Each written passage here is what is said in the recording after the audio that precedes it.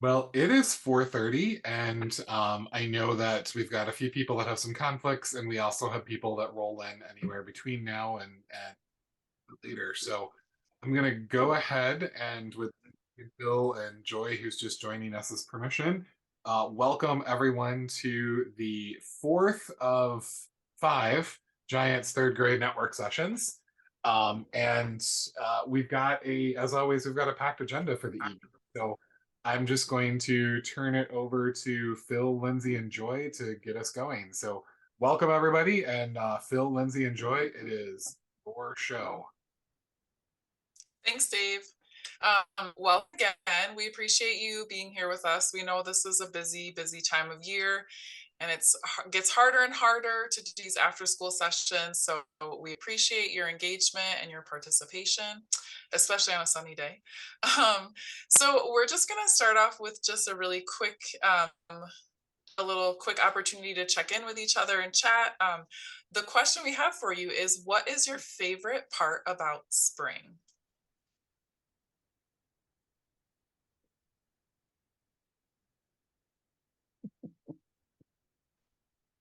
Spring break.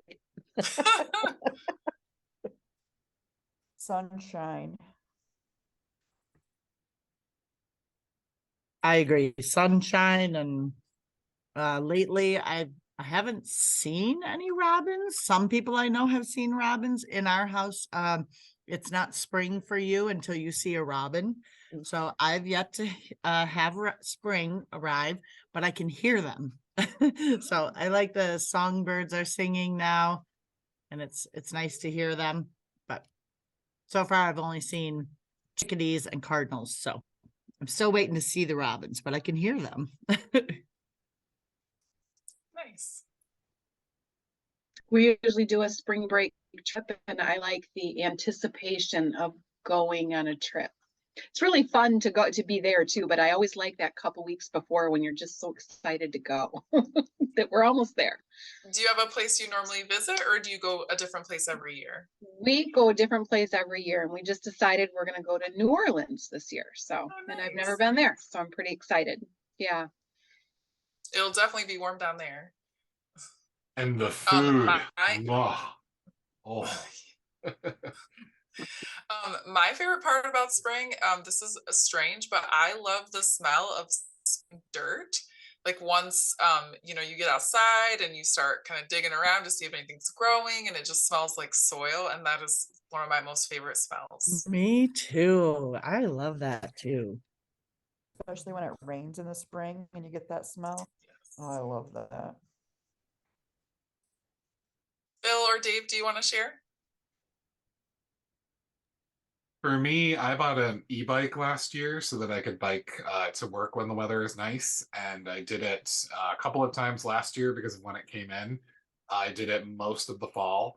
And I just realized as I was on my stationary bike in my living room for the 100th time since the snow fell in December, how much I really miss being on the open road. So I'm looking forward to enough of the snow melting so that I can put my gas card away and bike to work every day and maybe lose some of this winter weight that's collected around my mid-side.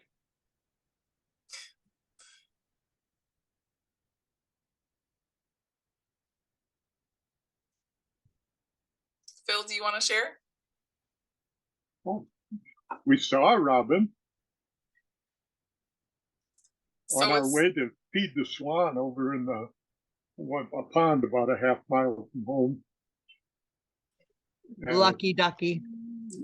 Swan is a nasty guy. He scares all the ducks away from the feeding until he's had all he wants. So it's definitely spring at the Gershmel house. Huh? I said it's definitely spring at your house, Phil. Yeah. All right, so we're going to get started with today's session. I'm just going to pull up our slides for today. All right.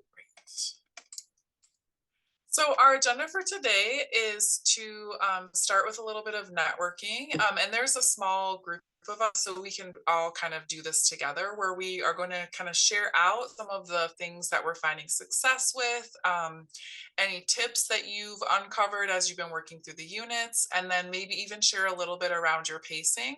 I think sometimes teachers aren't really sure how many lessons to do a week and where they should be during the year. So it's always helpful to just hear from each other, so we can kind of pace off of each other. Today's session is really focused on following up with some components of Unit 3 that we weren't able to get to last session. So we're going to start by talking about some empathy maps. I didn't put it on here, but we're also going to do some old maps as primary sources. Then we'll have a break. Joy will highlight some read aloud lessons that or resources that we can use. We will talk about wild rice, and then we will wrap up with a little look at some of the assessments in Unit 3. So that's kind of where we're headed for today's session. We do have a couple of places where we're going to be working collaboratively and interacting. And since we have a smaller group, we may finish up a few minutes early today. So we're going to start off with Phil. He's going to share a little bit about using old maps as a primary source. And just so you know, this work really begins in Unit 3, Lesson 2. So as we're talking through this, this is where, oh, I'm sorry, we skipped the networking part. Oh man, today's one of those days where I feel like my brain is not in the same room as the rest of my body. I apologize. So we're just going to share out really quickly some things around the work that we're doing in our classrooms. So if anyone wants to start with one highlight that you want to share around using Giants in your classroom, we'll kind of start there and then go through the conversation. I'll start. This is my first year using Giants, and I'm loving it. But it's been really great because as we're going through the lessons, I'm seeing them for the first time as the kids see them. So like the trading post, the fur trading post activities, oh my God, in love, completely in love. I was like hook, line, and sinker with the kids. It was awesome. So I'm really loving those.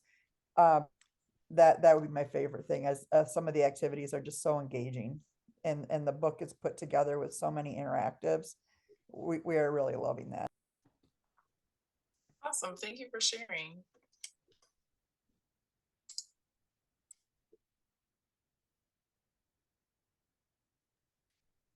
We are fortunate enough to have a nature center right across the street from our school. And in the one of the activities that you can do when you go there is you get to go into this replica of a log cabin house. And that's a good time for us to talk about when the pioneers come. And so then they actually have to card wool. They also grind the corn, and they actually make cornbread over an open fire while we're there. So it's just a good opportunity to talk about what it was like when the pioneers did come, what were the reasons that the pioneers came, what was the push and pull factor. So we kind of got ahead of the program a little bit, because the indigenous people were, that we had the French and Indian War, and the British came, and we had to keep going because the pioneers were coming. So, but I really wanted that to be a little bit more meaningful when we went on this field trip. So it was really great because they had some great prior knowledge as we went into this, and it made it more meaningful for them. So. Yeah, mine is kind of the same. I haven't done a whole lot with Giants this year just because we're piloting another program too, and trying to mesh the two together.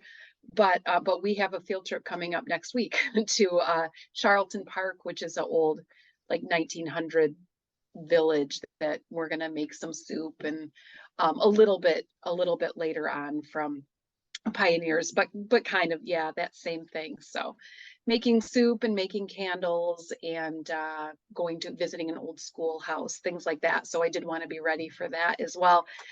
We really enjoyed where to put our village, and the kids love the clickable maps. We could probably look at clickable maps all day long, and they would be completely engaged for the day, which is super fun. So that's our big highlight that we've used a lot of this year. So just to look at things, click this one, click that one. So yeah. I agree with that too. Similar to we also visited our nature center, and we did that just last week. And I had asked for how Indigenous people used their natural resources in Michigan to be our topic. And so that was very cool.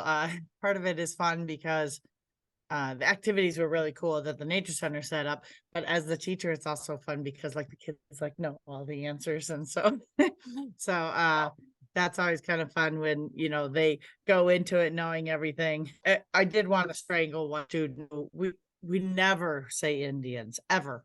And of course she raised her hand, the Indians lived here. And I'm like, oh. And she's like, no, they're the indigenous people. And I'm like, she knows that. And she goes, oh yeah, I remember now. But anyways, old habits die hard. So, but she's 8, so I don't know why that's a habit of hers. Anyways, we like that. I really also love the trading post activity. That was really cool. I made a timeline. We're like slowly building a timeline that's hanging up on our wall of things that we've come across so far in, you know, Michigan's history. So that's kind of fun that it's like a living timeline in that we're creating it as we go. And I loved all the books. I took that whole list of books that you shared and gave it to my principal, and I said, I really want all these books, and that stat came in and got like almost all of them. So, and enough for me and my partner. So yeah, so the kids are really enjoying those. Anyway. Nice. So it sounds like everyone is finding activities in the lessons that are really engaging, and you're finding ways to kind of ground your learning in some context outside of school to really give kids lots of experiences. I just want to share one cool thing I saw. There's a teacher in our district who teaches a multi-age class. So it's kind of like a Montessori school, but so when she teaches social studies, she has kids from kindergarten through, I think, 3rd grade that all come in her classroom. And at first, when she told me this, I was thinking, well, this seems like it might be a bit of a reach for the younger students. But she's been doing so much with lots of different charts. So a lot of the things that we would normally have our students write, she's putting them up on bigger charts, and then she's having the kids draw pictures or add labels. So one anchor chart I saw that she used from the very first unit was describe the conditions of Michigan. And for the kids who were able to write a sentence, they did that. And then some kids were drawing pictures on sticky notes and putting them up on the chart. So just really thinking outside of the box to find ways to engage our students, which sounds like is something that you all are working really hard towards. As you kind of think through the work that you've done so far, are there some predictable problems that you might want to raise to the group that we could all kind of generate some ideas around?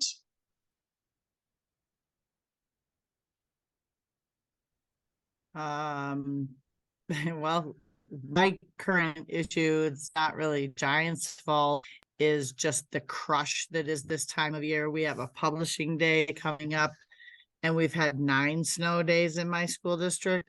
And so social studies has been put on the, like the neighbor's back burner, not even my own. So it's like just trying to get back to it and trying to build it into my regular schedule is probably not going to happen for at least another week and a half. So that's unfortunate, but it just happens that way sometimes. Especially this time of year, for sure. One topic we're going to talk a little bit more about later, Karen, and I'm not sure if you'll still be around for it, but it's around using connected text sets to kind of grow our students' background knowledge. And so that's one option. If you have some flexibility with your read aloud time, is you might just introduce some of those great books that you got, and maybe create a little text set where you can read a few texts around the same topic and kind of grow some learning that way. That's one way you can find some extra minutes. I know this time of year is really tricky. Well, that's one thing our district uses Mesa for ELA curriculum, which is state provided or, and supported, and the state is no longer going to support it. And so now we're in a, what are we going to do moment. We're all thrilled because we hate Mesa, but my partner teacher and I were talking today that once upon a time, Michigan is the odd duck that we do state history in 3rd grade. Like all the other states in the country do it in 4th grade. And so like once upon a time I taught 5th grade, and my ELA curriculum was very interwoven topic wise with social studies. We talked about the Civil War, we talked about indigenous people throughout the country and things like that. And it was so nicely interwoven, and it's very difficult to do that with 3rd grade not being in step with the rest of the country. So that if we are looking at ELA publishing companies, we're not going to find that. So anyway. Well, hopefully later today, if you're still around, the text set conversation will be helpful. But if you do have to leave before we get to that point, I know Dave always sends around the recording. So that's one option. You could watch the recording just to hear more about how to integrate that work into your kind of your ELA block, if you will. Anybody else want to raise a problem of practice to the group that we could brainstorm around?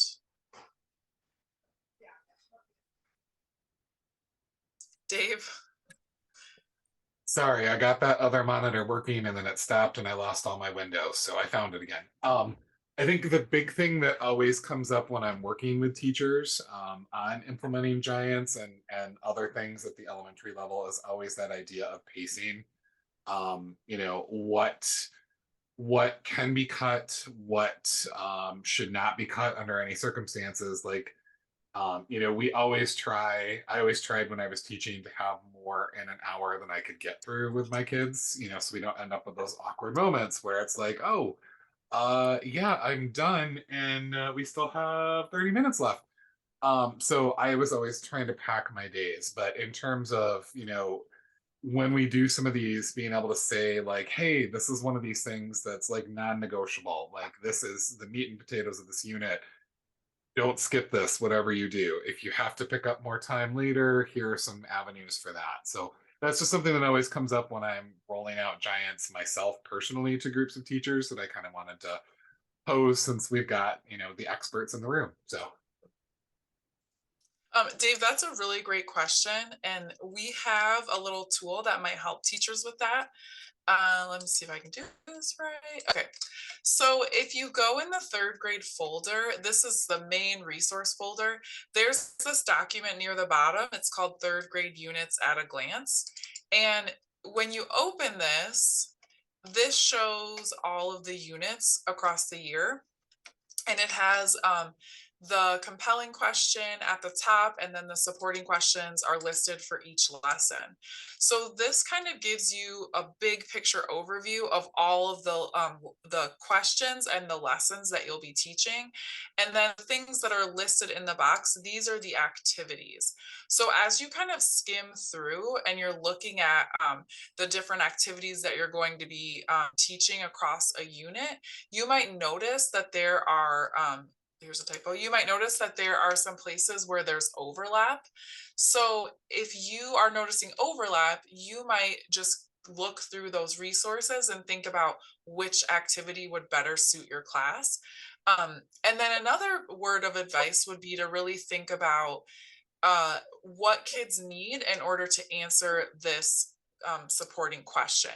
So if you know that you've really dug deep into one particular activity and you know your kids are able to think about and answer that supporting question with certitude, then you might just leave the other lessons and come back to them at another time or skip them altogether.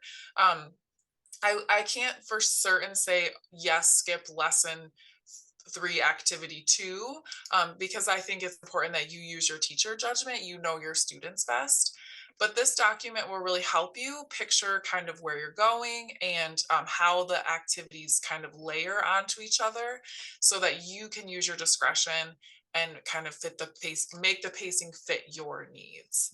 This does also list some read aloud lessons. They're kind of in this italicized font, and any read aloud lessons that are listed on this page are really, really important.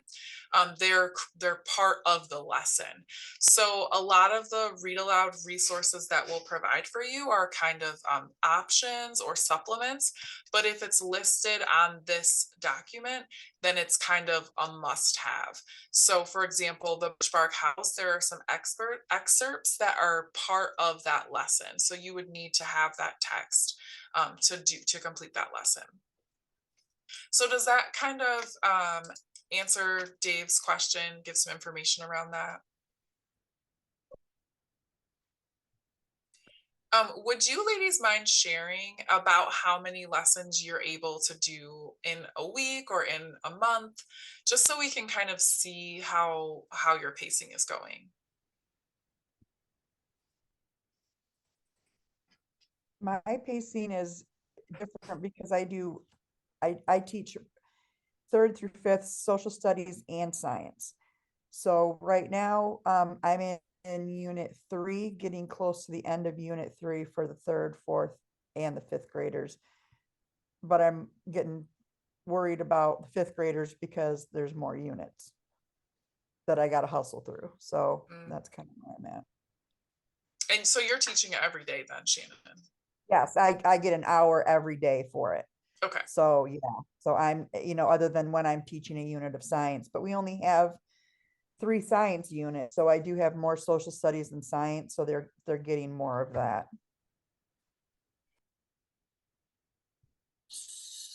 So that, for me, that's a tricky question too, because well, some of the lessons are so varied. I mean, there's some that you can do in a day, and it's like some of the map things from the first unit, we spent forever on those, forever and ever. And then I supplemented by getting other maps out, and I created a map scavenger hunt. And so like, there was that. And then like the Alexander book, that took us a long time because we kept, like doglegging into other conversations and bringing more, we didn't just read the flip. I could have done that in probably a day, maybe 2, but really going in deep and talking about it, that might have been, it was probably about a week. So it's kind of hard to tell because depends on I mean, even like the trading post activity, like you were saying, Shannon, that I think it was Shannon, right? That was really, really fun, and your kids really loved that and you loved it. But like there might be somebody else. Okay, what do you see on the shelf? What do you see on shelf 2? Okay, great, let's go on. So it is very subjective to your own teaching style, I think, and your students. And how much time you have. Well, that's actually kind of reassuring for us developers, because that means that the materials that you see out on the website are flexible enough that you can adapt them that way. So yes, very, very. There's enough for me to fill up my hour every, 5 days a week. I get 5 hours a week, and yet you can still pick those important parts. And I would argue that the maps, that gives you big bang for the buck across the board in science and social studies. Right. Kinds of those skills. And the Amos book, you go back to that constantly as a reference. So those are 2 places where you want to spend the time. like Mhm. next year, that's what I would plan to spend more time on. Phil, I was just desperately wishing I had had all my little second and third graders with me the other day. My husband and I, we went to Sanford Bar and Grill and had dinner the other night. And back on the back wall, I could see from clear across the restaurant was one of the old Michigan maps with Lake Michigan was a straight rectangle, you know, and Lake Superior was all funky. And I'm like, oh, it's a Phil map.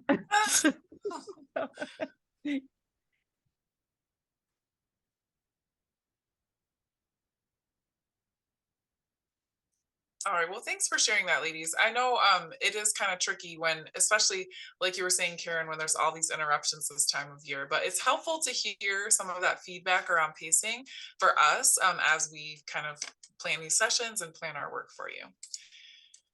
All right, we're gonna try this again. Now it really is time to talk about old maps. So we're gonna listen to a little lecture from Phil around using old maps as a primary source, and he's got some new and exciting information for us today. This work begins in Unit 3, Lesson 2. So if you've already passed this in your pacing, you might just come back to it if you have time, because these are really important primary sources for our kids, especially in third.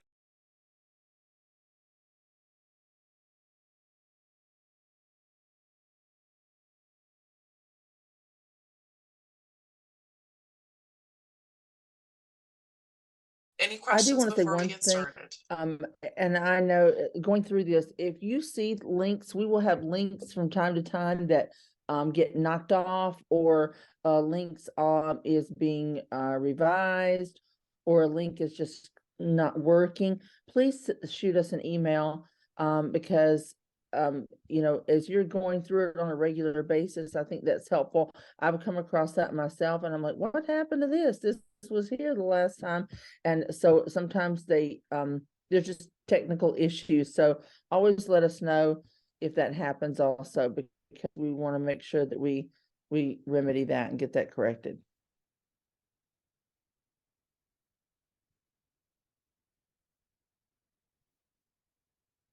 So we're over here.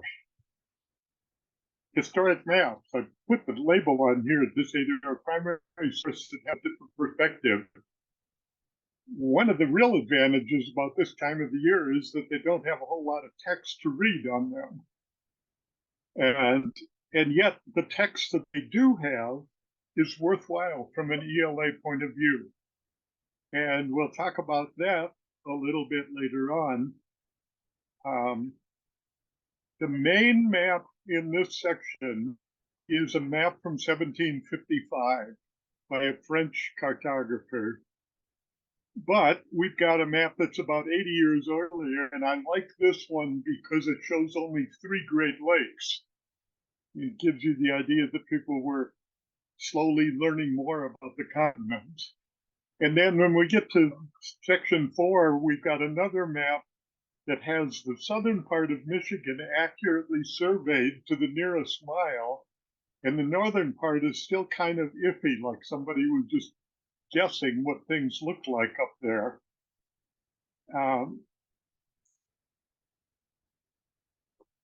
To help out with this, we prepared a document and put it up on the website just in the last week. It's got kind of 10 questions that you can ask about historic maps. That's the one page of that is for teachers. You would never give third graders this elaborate a set of questions. We've got a separate document that have the third grade questions on them. Both of them are put up there as Word docs, so that if you want to use them as docs, you can edit them as you see fit. You can add questions, you can take some questions out, you can move things around if you want. I'm thinking they're more just about general background, and we'll leave it at that and go back to take a look at that famous old map. And 2 weeks ago, I was planning to spend about 20 minutes talking about this old map. And then about 2 weeks ago, we ran across another map that I wish we would have made available, and we now have made it available up on the website for you. Let me zoom in a little bit on this map. What makes this map cool is that they've tried to identify, the map maker tried to identify, where the Iroquois used to live, and then where the Iroquois had moved. Now, this map was made in 1821. It had where the Huron people were and where the Huron people had moved. So we have a lake that's called Lake Huron. It's named after the Huron people, and yet they didn't live next to that lake until about 30 years before Europeans showed up and started trading furs. And they also have where the Ottawas used to live, and then where they moved to an area a little bit south of Toledo. And now they live up in northern Michigan, north of Traverse City. This is really kind of an interesting map to have been made back in 1821. It's in a book called Universal Geography that has accompanied by an atlas. And inside of this Universal Geography is a nice little write-up of what Michigan was like in 1821. This could actually be a reading if you wanted to. I want to call your attention to the fact that this book was written by Emma Willard. And I got curious about Emma Willard a little bit, especially since this is Women's History Month. So we now have an alternative where we've got a map that was created by somebody who wrote a geography text in 1821. So I wrote up a kind of a one-page reading that kids could look at if you wanted to. And again, this could be edited. It's only 2 weeks old. And when I write something, I'm usually willing to edit it for at least 2 years after I've written the first draft. So this is really kind of early on. But Emma was the 16th of 17 children. You can have an interesting discussion right there of what it would be like to have 16 brothers and sisters. Her father was a farmer, but he thought it was important that everybody could read and write. So he taught her children, and he realized that Emma was kind of unusually academic. So he tried to find a school that she could go to, and she started to go to school in 1802 at age 15. 2 years later, the school asked her to be the teacher. And she decided after 3 years of that to take a job at the Middlebury Female Seminary in Vermont. She liked what was going on there, and she wrote a report about this school and about its curriculum and sent the report to New York. Governor Clinton, yes, that Governor Clinton, the same one that made the Erie Canal, he paid Emma, and he put out enough money to start a school for women in New York. That school opened in 1821, looking something like that. In 1900, they had added some buildings that were architecturally a whole lot more interesting. By 1940, they were sending postcards around what it looks like. And if you're curious about it at all, you can go out to a website because the school still exists. It's the Emma Willard School for Girls. It's a high school. It's a high school that has 15 buildings, including an orchestra pit, an art studio. It's a high school that's got 3 soccer fields and 8 tennis courts and an indoor swimming pool. It's a high school that has 350 students and 50 faculty for a 7-to-1 student-to-teacher ratio. And if you really want to have the bottom line on it, the tuition at this high school is $65,000 a year. Yeah. It means Emma was groundbreaking in one sense as a pioneer women educator, but she's also part of the East Coast syndrome of having very expensive private schools for the elite. And the public schools aren't doing as well as a result of that. Like I say, she was the first female cartographer in the United States. She made that map, and what was interesting is that she's also known for having invented a number of ways of mapping time. So she mapped American history as a tree of time. That it's a history of the United States shown as a tree. And I'm thinking, you know, we could do this for Michigan history. If she can pull this off in the schools. Anyway, it has the very first discovery of the United States, and then the settlement pattern, and French and Indian War, and the Declaration of Independence, all in a big arc. And then the branches of the tree are labeled. You know, Columbus discovered America in 1492, and the Pilgrims landed at a particular time, and the French and Indian War started at a particular time. That was one of her maps of time. Then she made what she called the Temple of Time. And this thing is, I put a copy of it out on your website so that you can look at it. It's an 8.5 by 11, but it's a very high resolution, so you can zoom in on it on the screen. And you can see that on this side, they've got, like the discovery of the United States and when the Pilgrims landed in the French and Indian War, and Thomas Jefferson. American history is on the pillars on the left side of the temple. World history is on the pillars on the right. And on the ceiling, she's painted philosophers, discoverers, and inventors, people like Newton and Galileo and Benjamin Franklin. In the middle, she's puts theologians and church people, like when a particular pope was at a little while in the past, the Protestant Reformation, Luther and Calvin. And then in a row, she's got a list of all,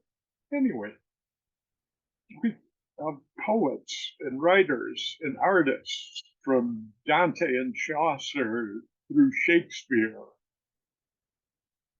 This is a graphic tour de force. This is an astonishing piece of scholarship for 1821.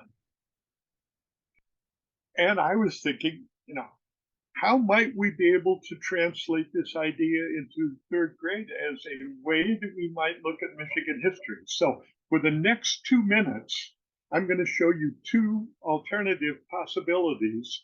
And then at the end of this session, ask your advice as to what we ought to develop a little bit more.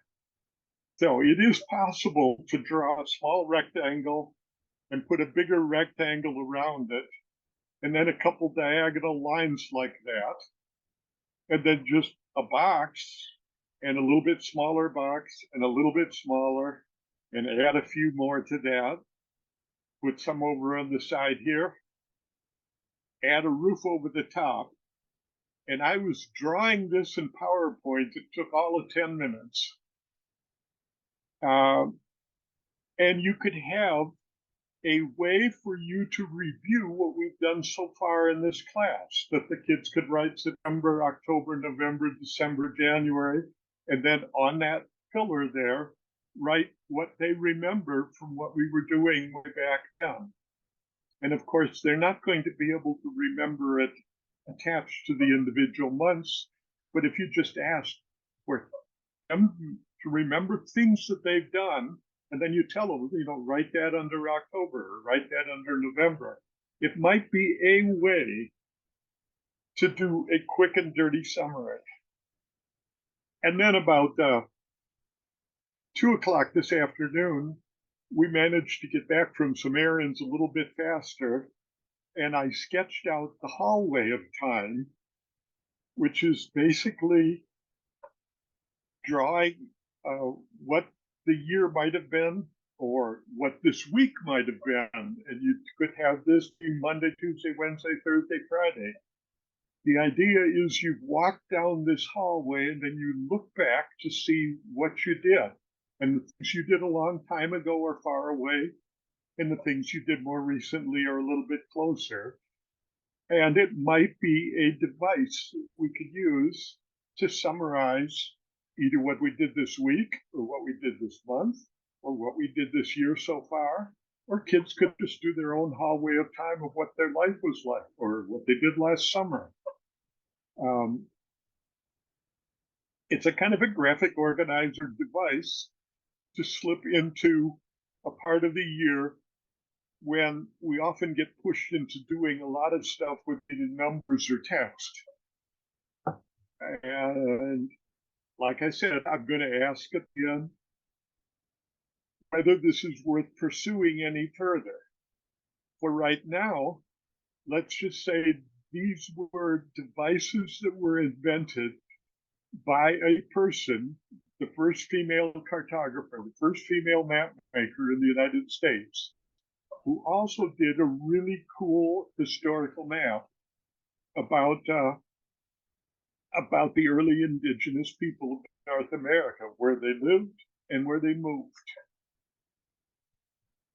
With that, I'm going to go over to the fur trade presentation. I'm going to hope it queues up. Do you see the fur trade now? That popped up there. This is the PowerPoint that is up on the website right now. It is about this old map as a valuable primary source because it allows you to talk about both the environment of Michigan and about the history of Michigan, particularly Michigan with the indigenous people that were there. The map is on your website as a page-size PDF and a printable 11x7 PDF. If we were live right now, I don't know if you can see me over here. We've also made this as a washable, markable desktop map. And like I say, if we were in a live workshop right now, I'd give everybody a copy of it. It turns out that the postage for this thing is almost as expensive as making it. We've got a price list. It's sort of a guesstimate price list of how much does it cost to get the big map of Michigan. You've got it as an 8.5 by 11, but we have it available as big as 8 feet by 8 feet. And a big floral map like that can be a really cool activity too. And you notice up in the corner, here's that old vellum map of the Great Lakes. And it's available in a number of different sizes for fairly reasonable prices. Again, we can talk a little bit about how to get one of these in your hands or whether you want a classroom set. I mean, you can get like 6 of them the way I was holding them up for about 120 bucks. On the website is a list of questions that you can ask about that vellum map. And on the website, there's also a zoomed in on just what Michigan looks like as an 8.5 by 11 printable version of it, and a set of questions that you can do for that size. But I'm going to put a disclaimer all the way across the front of this. I would not recommend using these questions. I would not recommend going right down the list of these questions. I would recommend that you read the questions and take a look at the PowerPoint and then decide how you might want to use it. Because like a lot of other resources that we've made, it should be possible for you to do, let's look at the old map for 5 minutes on any class day when you happen to have 5 minutes left over. And if you pick the right questions, it would fit over about a 2.5-month period of the history. So you don't have to use these questions. There is a PowerPoint. The PowerPoint starts out with that title page there. It says that that this map was drawn at about the peak time of the fur trade between the French and the indigenous people that lived in this area. That means the map was written in French. And Joy at least has told me that her kids really like learning about 4 French words because they find out that, you know, people had the same word in slightly different spelling. So let's look for some things that they got right when they made this map back in 1750. I mean, this is like 250 years old. You might want to have a map of the modern Great Lakes available for comparison here, because one very simple question that you can ask them is just, how many Great Lakes were there? And they'll count them over here, and then the question is, do you remember all of their names? And this old map gives you a way of reviewing modern geography to make sure that they've got the names of the lakes and the peninsulas, things like that.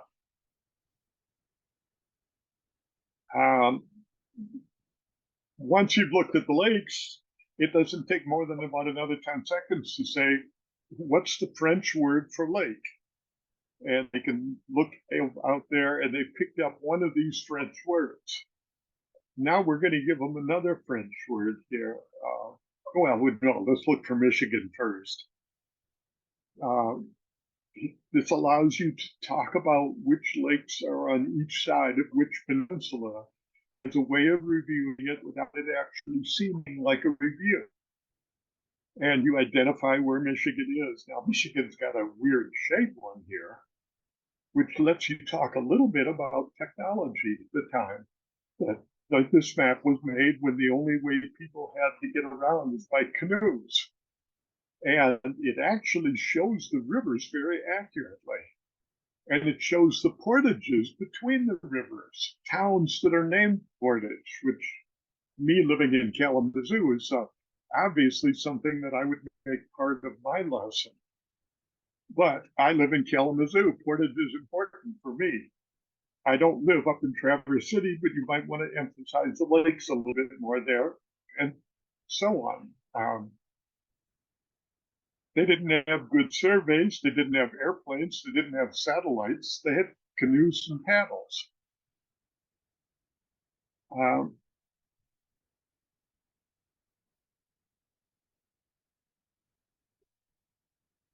There's a great big river over here.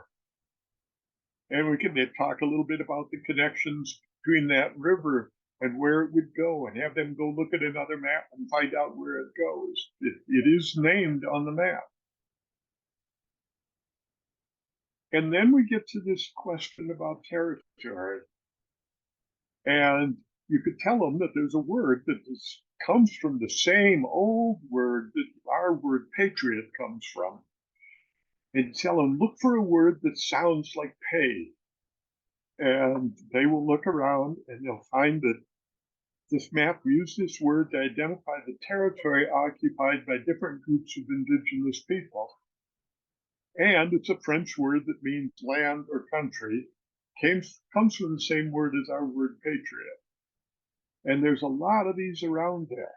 And each one of them names the tribe. This is the land of the Illinois people and the land of the Erie people.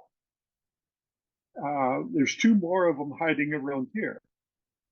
But you could actually make this game to say which group in the class here is able to find the most pays within 1 minute. And then you have them go take a look at the map. The 11 by 17 map, if you make it, if you've got that kind of printer and you can laminate it, it's perfectly good. Like I say, we've got bigger versions of it that have a little bit of wow factor when you lay them out on the table.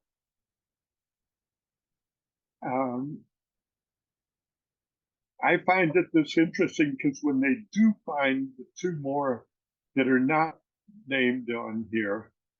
One of them is down here of the Illinois, of the Miami people, and one of them over here, it's the old land of the Ottawa people. Now that ties us directly. In fact, I'm almost positive that this is the source that Emma Willard used when she made her map of the migrations of the indigenous people, the way they moved around from one place to another.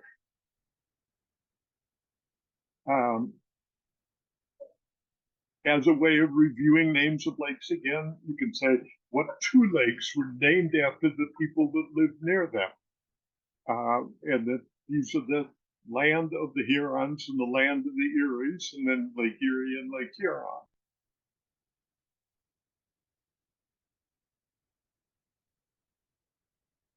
Now, finding the old land of the Ottawa people, if you read it real carefully here, the ancient land of the Ottawas, this could be a phonics lesson because it is spelled O-U-A-T-A-O-U. There's a whole stack of vowels, and you just have to say it very slowly and very carefully. And now I'm regretting not having blown this up so that we'd be able to see it on the screen. So trust me, it's kind of fun to take a look at the word Ottawa and try to pronounce it the way it's actually spelled by the French people that made this map.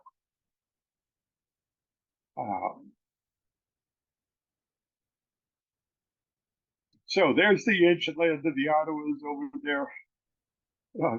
If you're wondering why I'm stumbling a little bit, it's because the menu bar is sitting on top of my screen over here, and it's occupying where I can't read the top of the PowerPoint.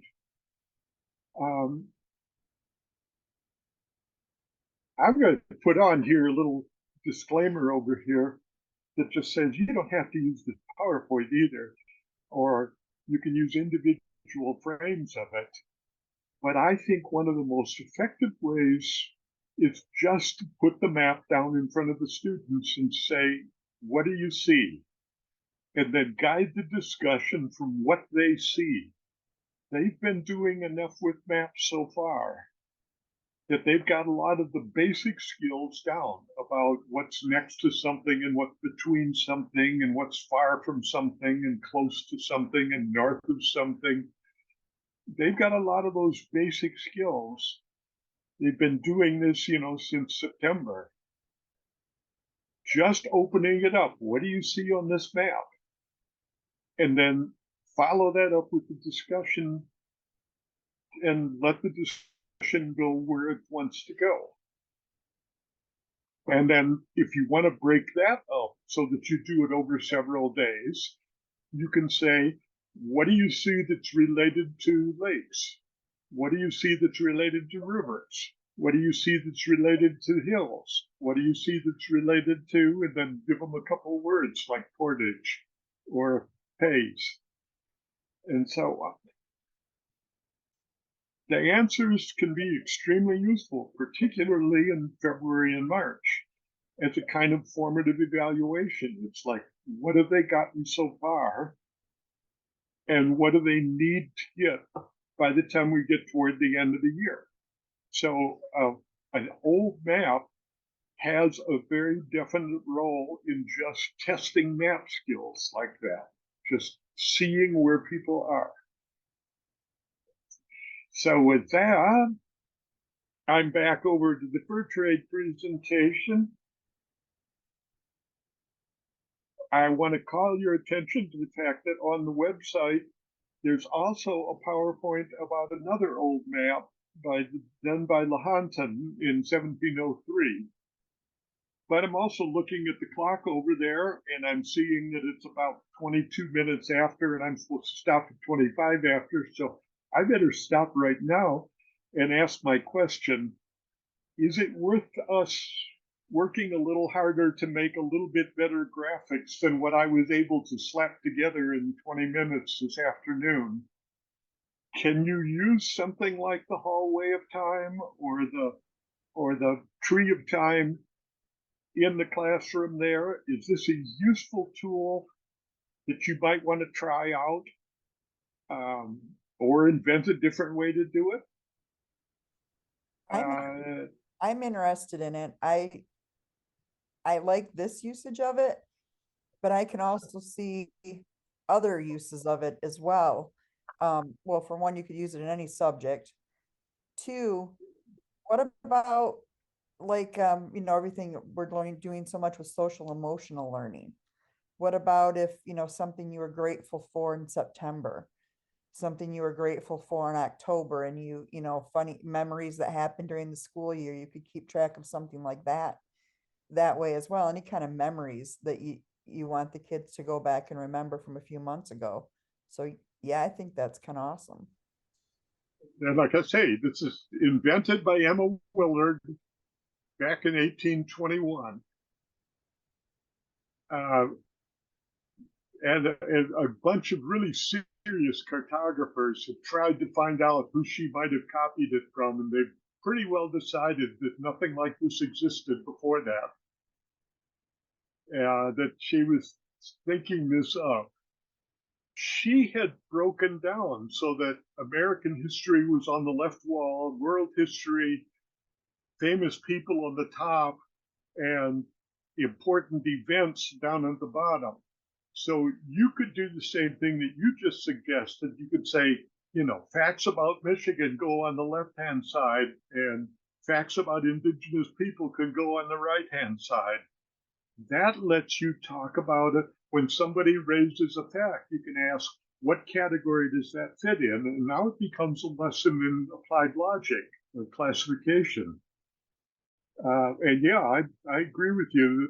Adding some social emotional or just personal events, or when we beat the other school in track meet, a lot of that can be added here. Like a timeline of your life, having the younger kids always, trying to do Right. a timeline of their life, something. Yeah, that's kind of cool.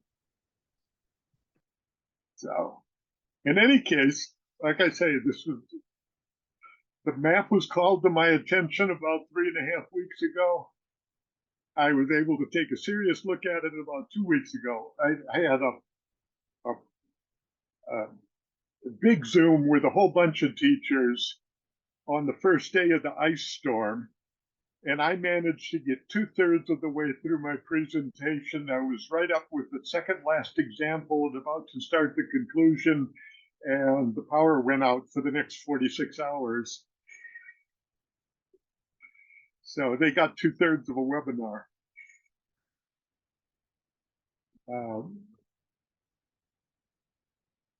And then, like I say, I sketched this very quickly. Any suggestions about how it might be redesigned to make it a little more usable are definitely welcome. It is a really quick first draft. Phil, I was thinking that if there was a way to make some of the little doorways a little easier for kids to write in, I imagine they could turn the paper and write that way. But if some of the little doors were a little bit bigger, they could write in them easier and even maybe add a picture or something. Yeah, and I would start by shrinking the back of it, because that's wasted space. And then a little bit less in between. Do you think the doors need knobs on them, or are they okay just as doors? They're fine. I think they're fine as rectangles. Well, we found this out in Harlem, though, that when we were doing the classroom model in second grade, that we would hold up a rectangle to say, this is the door, put it where it belongs in the room. And they said it can't be a door, it doesn't have a doorknob. And my jaw dropped a little bit, but actually this was a first grade class. I actually agree. I think kids are very literal, and the doorknob would actually help them think of it as a door. It helps with the visual. Right. It would be cool if you clicked on September, if then that would open up like a September file or something, then you could put whatever you wanted in September. Yeah. And I say, even Emma found that she had to write stuff sideways, to tip it over sideways and write on it. Mhm. And in some ways, that would not be bad if they tipped it sideways, because then the layers would build upward, just like they do in a geology or in a archaeology and so on. So anyway, I like the digital idea. That would be really cool. Mhm. Dave, are you listening to this? Well, I wish they could pop out. I wish the doors could pop out. I'm sure Dave could do something like that probably, but it creates a nice visual and everything's all in one place. And I think that that is helpful for third graders to see a progression of something as well. Well, It's yeah, almost like this a is an visual 8.5 by 11 to be photograph. printed, because the goal is that they print it and then the kid gets to keep it. They're sitting on their desk. Mhm. I'm sorry, somebody hoping else was talking. I was helping my daughters get their dinner ready. It sounds like I have homework. Well, we're thinking about it. All right, just let me know. So anyway, let me pass this back. I think I need to stop sharing because Joy is waiting to talk a little bit about.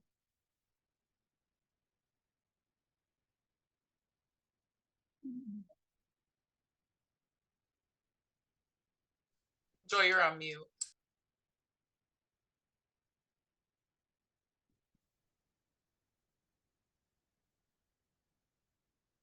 Okay, I'm gonna go over here. Okay, I want to talk just a little bit about a piggyback on what Phil said and just take it to a different level here. This is in the links here, but this is the same map again. But I like that this is you could use this as a printout, and I think sometimes having a hard copy is helpful. I also think this is great for kids just to be able to have to study up close, as you can ask more questions about this. One of the things that Phil talked about here is I do have this map in my classroom, and my kids love it because number one, they've never seen a map this old before. Number two, they love all the colors in this map, and that they think it's really cool that Michigan looks so weird because the disproportionate surveying that has been done here. And they think, lack, the French part of that is just interesting because they think, well, that was misspelled.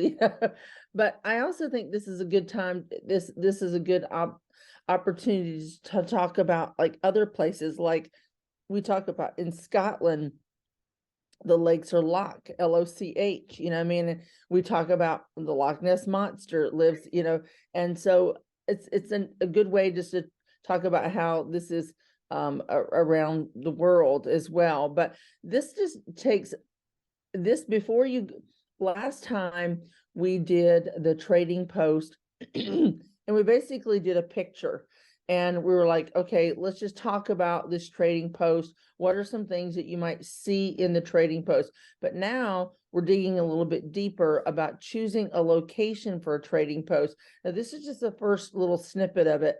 And I like this because I feel like you can just study this map, talk about it for just a little bit. What questions might the students have? Things like this before you delve into this a little deeper. And there's some great questions about here, like, why do you think the best furs come from cold places? Because for a trading post, that's one of the main reasons you have the fur trade. So I like this also. Some people have the availability to put this PDF in a platform that you can type in. And so I just feel like it serves as a good purpose for that as well. So this is just one thing I like, just to be able to print it out and so to study it. Now I want to talk about this trading post slideshow, and I'm glad that they mentioned this earlier. Where to Build My Village was the first presentation that most of us are familiar with, and spending a little bit of time on this. One of the things, this is the same type of platform, but now think of how much more prior knowledge the students are going to have as you delve into this. And we were talking about pacing here. I love the purpose. I love the way that we have the PowerPoints, so that you can just do, maybe you could do 4 or 5 presentation slides, but then you can stop and come back to it. And so, and you can also put this into a Google slide also if you have a Google Classroom. So I'm going to, now that we have the background knowledge of this and they understand, you know, what were some critical thinking skills that they needed in order to pick a location for their village, take some of those things, and we're going to build upon that now. Now we're going to pick a location for a fur trading post. And we're just going to expand on that experience a little bit. So you've got the map in the background. This is a picture that is taken, I believe it's from Fort Michilimackinac. I do like that a visual. I think the kids find that much more engaging. I'm a visual person. And this is, there's some reenactors here, and you can see this is a birch bark canoe, but we're going to talk about the different types. Look at the way that they're bundled these right now. These are not in Rubbermaid boxes. These are not in plastic, but how are these things packaged?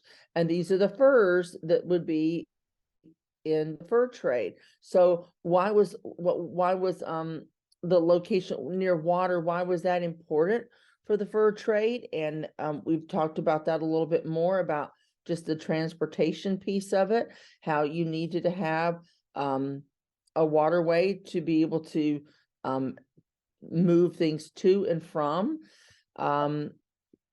We also have, am I working here? This is something I don't think people realize, how much a canoe can actually carry. I mean, I think this was just this is always something that the kids are blown away by. But a large canoe like this would be able to carry several thousand pounds of cargo, more than 20 horses or 100 people. And we're going to talk about the different types of canoes as well. This is a birch bark canoe is going to be on the smaller end compared to what happens when the Europeans come with their skills and their resources, like the saws and the hammers and things like that. And I'm going to go back to this in a little bit in another session about Fort Michilimackinac has a really good resource. And when I went there, they've got a really good visual for this, so you can see all this. So I think this is really cool. But when we read the book earlier about the Voyager's paddle, one of the things that they talked about was how to keep things together, like as an adhesive, was that the birch bark, the pine tar, and you can see that along here. You can see a little bit of that. And so that's just something I think that's just kind of ties back in with that book. And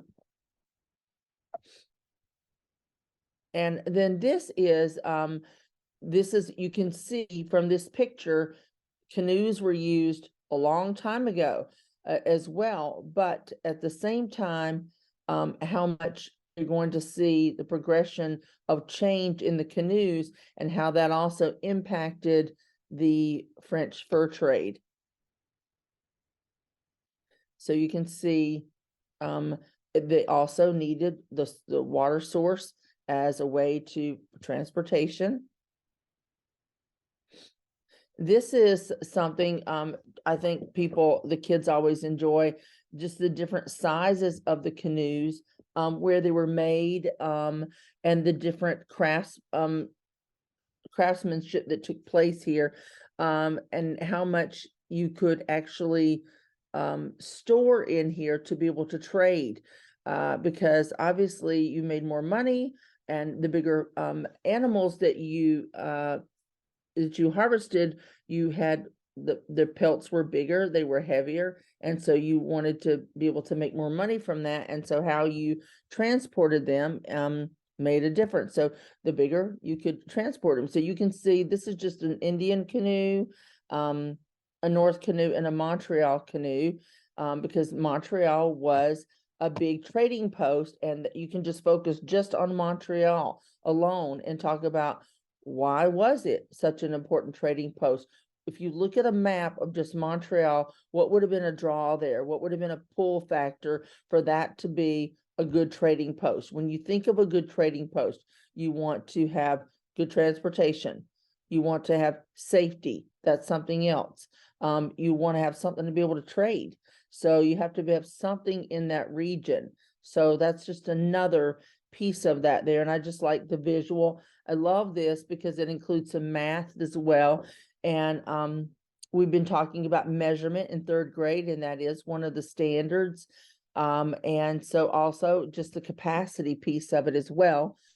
And where you might use some of these, the routes. And that's another good opportunity to go back to that map. And then the nice piece about that is that the map that Phil has talked about that I have is you can write on that. You can draw with a marker, a certain type of marker, and you can make some of those routes out of what you would think would be a possibility. But you can go back to even the printout, and you can have kids work in teams or partners as well and say, what are some other, highlight some of these routes so they can just visualize this even more of the important role that they played here. This is also a map this map that you'll see at Fort Michilimackinac. So this is really kind of cool, but it also shows a timeline down here. So that's kind of cool to step that up as well. But we're really grateful that Phil has found this map from 1755 because I just think that's a great primary source that we can draw from. Again, a map that just so much to draw from. But now you're starting to think, when you first asked it, I'm going to go back for just a second. First of all, you're like, all right, let's talk about this as a class and say, where do you think would be a good place to build a trading post? And there's a lot here. There's a lot here, and sometimes that can be overwhelming. And third graders can get a little off kilter sometimes. So narrowing this down to here's 10 places. Now you can divide up into groups. You could say, hey, one group study 2 locations.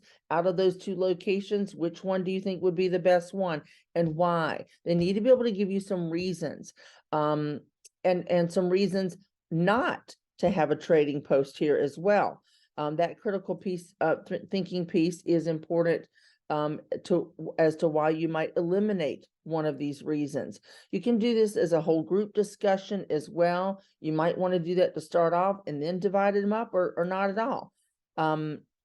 Just do a whole group. But I do think that narrowing these pieces down is important. And then also, I think taking this and comparing this to a modern day map of the same location gives them a little perspective, like, and one of the things I like to highlight is look at some of these places and now look at a modern day map.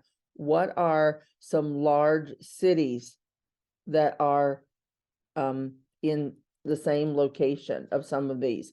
And you kind of guide students along as well. But breaking this down about all of these places have either some good points and some bad points. What might they be? There's several in this area, and then some are kind of further off. Some are further north. Is that going to make a difference when you're traveling on in a canoe, as you do for your when you start for the trading season? So that's another piece of it. And also, you know, remember the best furs, beaver furs come from cold places because that's when they're going to have thicker furs. Again, and that's what they're going to be pulling from to get the beaver hats that are so famous. Just also, I think a lot of people, I just want to make sure that they realize this is something I point out. Beavers were not the only animal that the fur traders captured and traded. So there's a wide range of other short hair animals that were also included in the fur trade. So we can talk about that a little bit more later, and we will, but you can also see these are examples of the clickable maps and how you can see the layers of this. Might that impact your decision about where your fur trading post might be? So it's just another way to use a visual map as a primary source to glean more information from and to think critically. So after you do your research, the groups can get together and start making some decisions. And you're not telling a right reason or a wrong reason. Or I mean, you're kind of, you're just wanting them to think critically and get through this, but to really start comparing where some of these large cities might be located. Montreal is located over here, and it's not on a large waterway like some of these others on the Great Lakes. It's on the St. Lawrence, but there's two rivers that join together. Might that impact why that might be a good trading post? So those are just a couple of ways of how you can use this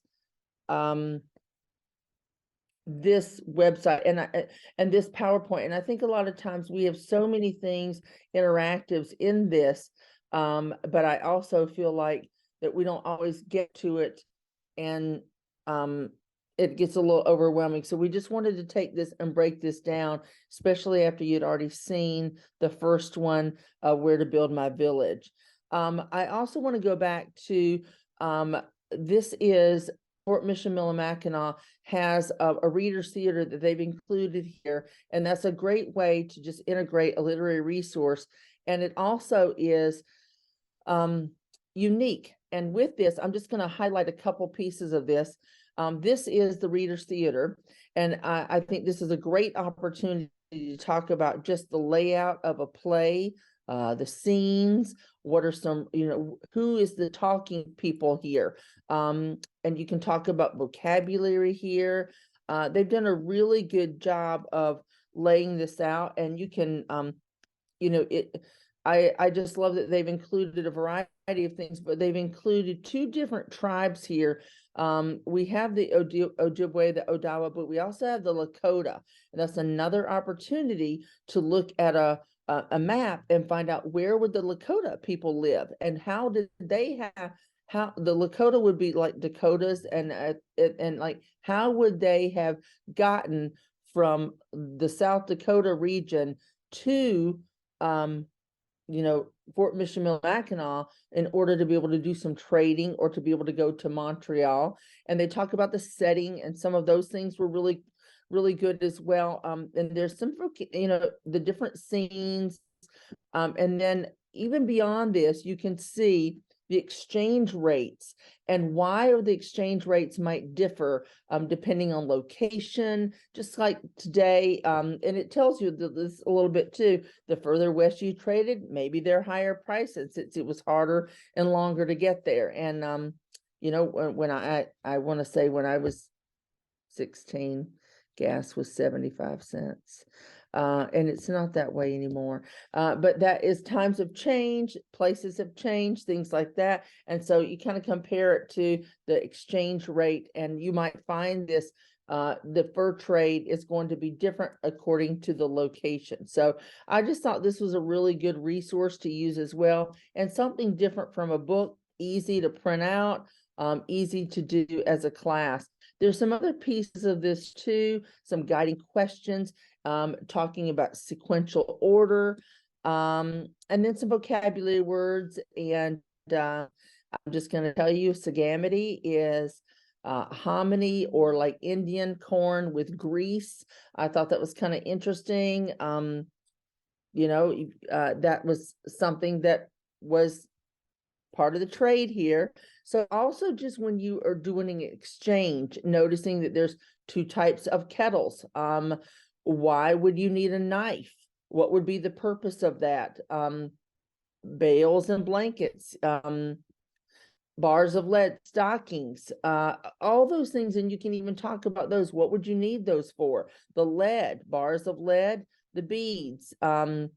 Beads were also used as a trading resource. And there's a picture of that, and we have in one of the articles of a French voyager in their outfit, and the beads are right here in a little cache that they would use maybe even as trading.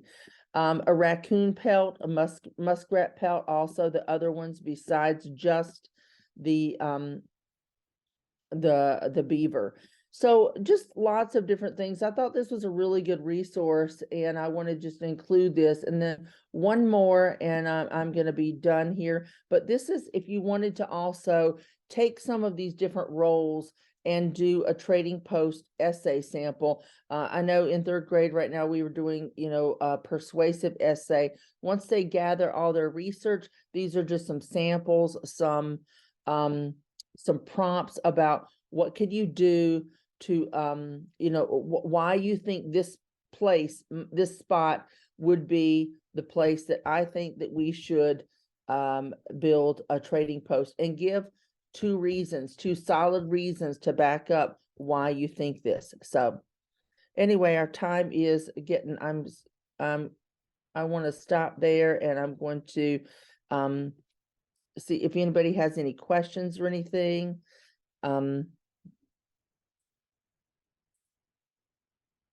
Or we can come back from break, whatever. Just to I don't know, whatever. To add on to what you just said, it would be nice if someone could like stick that in the plan somewhere, your suggestion of how that's exactly what I was talking about, how ELA curriculums at other levels are connected with social studies. So like, I mean, somewhere in the Giants, if it said, this would be a great opportunity to write a persuasive essay on, you could use this for your writing curriculum for, like have them thoroughly explore why you would place a trading post here, and what are your reasons, and what are the resources that can be gained here, and who would you trade with, and then turn that into a persuasive essay. That's a cool example of how to mesh those two together. Yeah. So that is all embedded in this unit.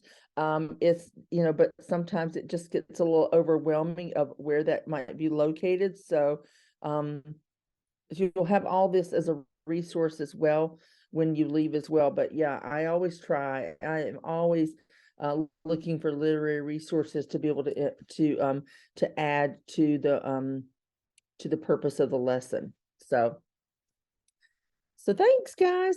Lindsay, I'm going to turn it back over to you. Thank you. We're going to take a short break, and then we'll be back after. So I'm going to drop a link in the chat while we're on break. So if you could pull up that slideshow, we're going to be working on it together. Can you just do a thumbs up if 10 minutes is enough time for you? Okay, we'll plan to come back at 6 o'clock then. Great. I'm purple for some reason. I don't know why.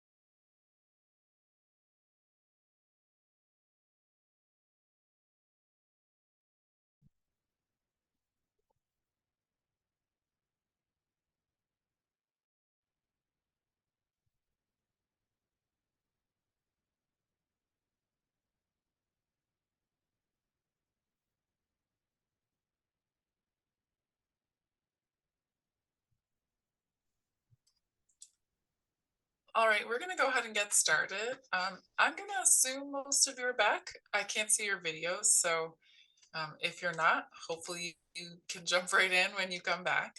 I put a link to our my presentation for today's session in the chat.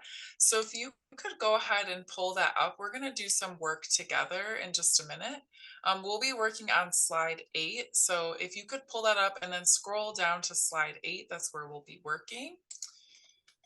All right.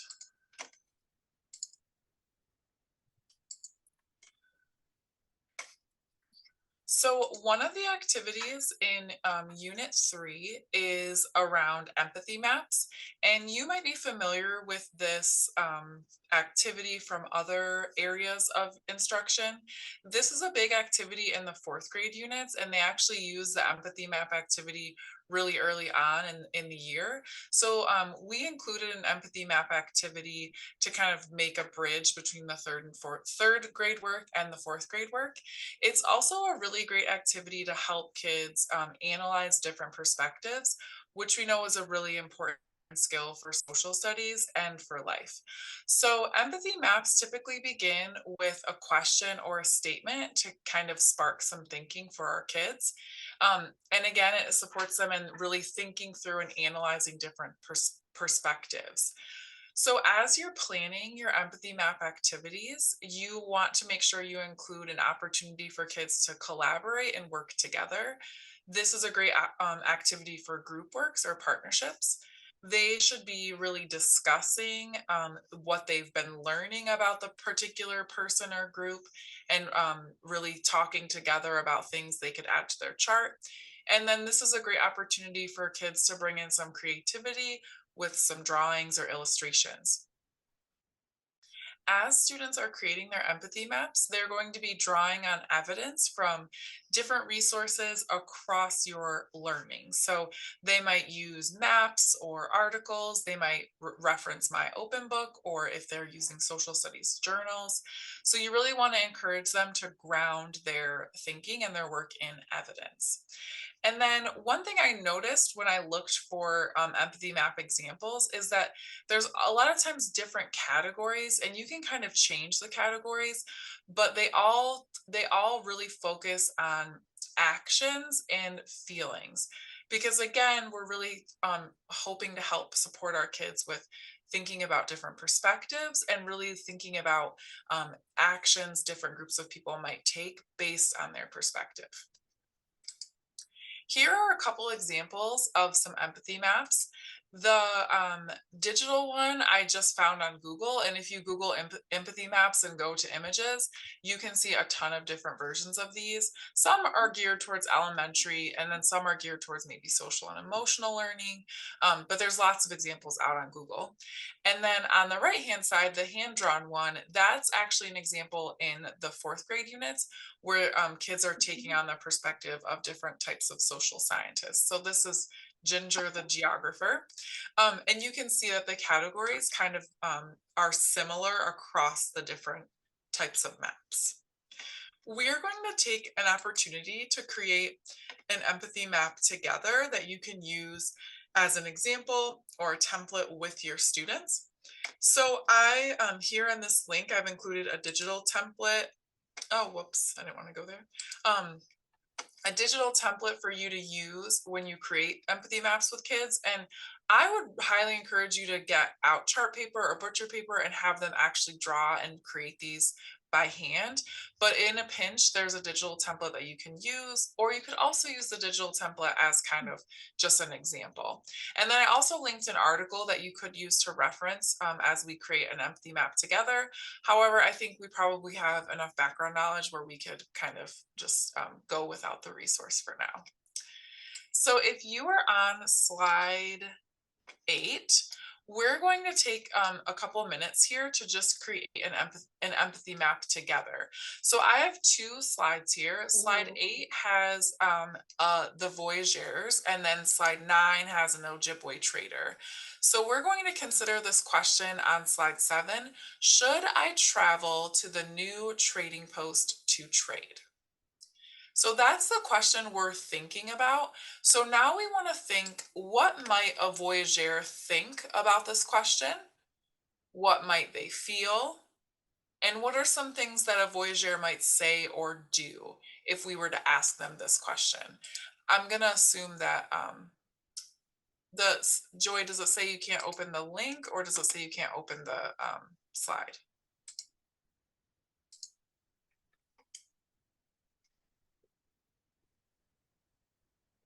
Mine says that I'm unable to open the file at this time. Okay, I'll fix that link while we're working on the slides.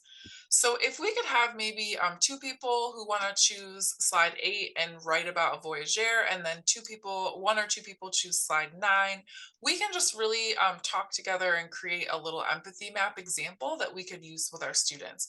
So you should be able to click inside of this box, and you might just have to play with the spacing a little bit, but go ahead and add some ideas to these templates to kind of think through what these two different people might think about this question.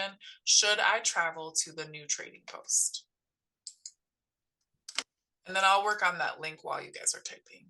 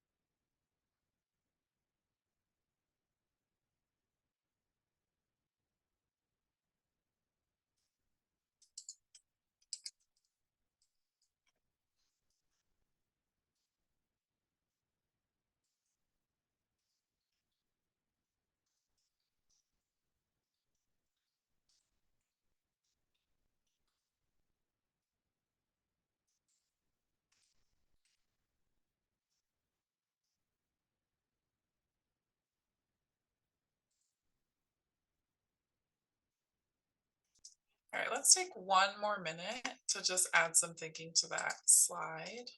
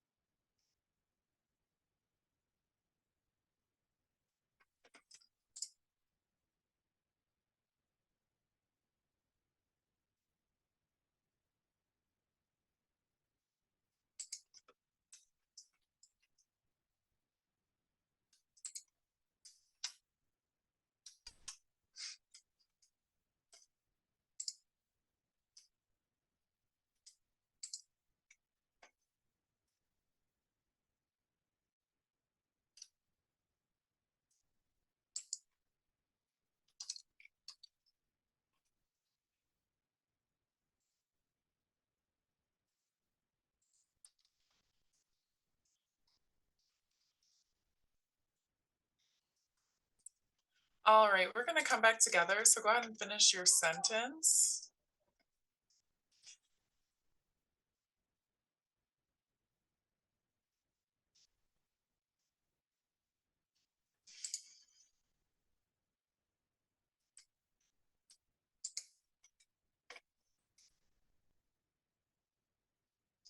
All right.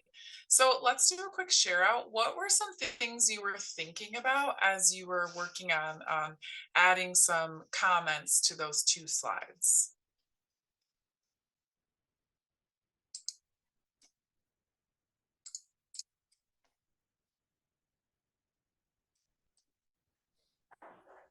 I thought I tend to think things comically, I guess. So I thought it was kind of funny. I was like, oh my God, the guy would be like dying. Oh, my shoulder hurts. I need a back rub, blah, blah, blah. But then some of it, I had to think a couple times about like, what would he feel? So then I went to the aches, but it was interesting to stop and put yourself in their position. Mhm.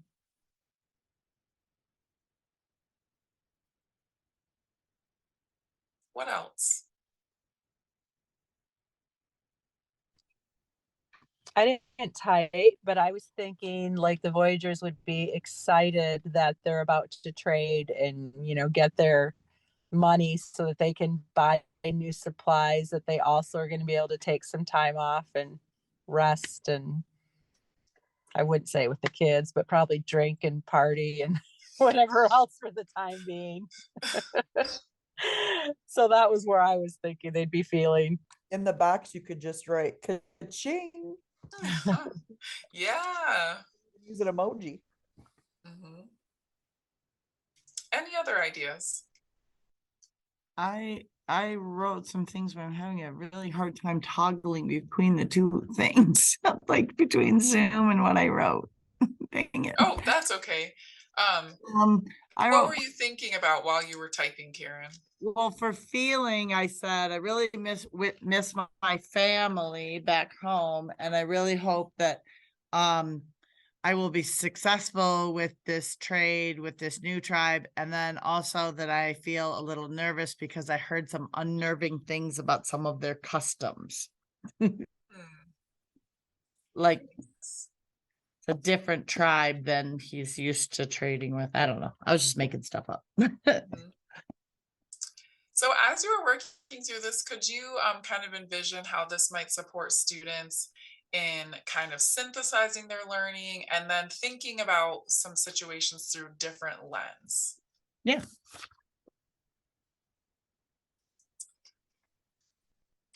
Anyone want to share out around that?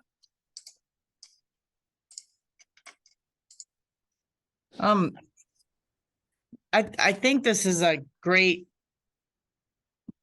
thing to talk about. We had a situation in my class today. We have a new girl that transferred into our room because she was having difficulty in her other room. And we talked about today in gym. I teach 2nd and 3rd grade split. She's a 2nd grader. And in gym, they played sideline soccer, and the rest of the class has played this multiple times throughout the year, and she's never played it. And so she got upset when something happened. She didn't get a turn or whatever. And so we talked about like the kids were upset with her because she wasn't following the rules. And I said, but let's think about this. When did you learn how to play this? And they said, well, at the beginning of the year. I said, but the 2nd grade class didn't learn that. And so we have to learn to take other people's perspectives. So if you're Abby, how would you feel? You don't know these rules. You don't know these things. And if you're Adriana, who's a 3rd grader, been here all along, what is your perspective? And so it's really good for them to learn how to empathize with other people and understand the different points of view. So it's kind of fun to have the one where you do it from the Voyagers' point of view and then another from the Indigenous person's point of view. So, those are my thoughts. I think it'd also be good if we were able to put a picture in the middle of that as well. That might be something to stimulate a little bit more discussion. And I think it ties in with Michigan Open Book has a part where they give the perspective of the French and the Indigenous people, because a lot of people think, oh, the French and, because they sided together, oh, they were friends, but they really tolerated each other. And so you see that in that piece of that in my open book as well, that perspective.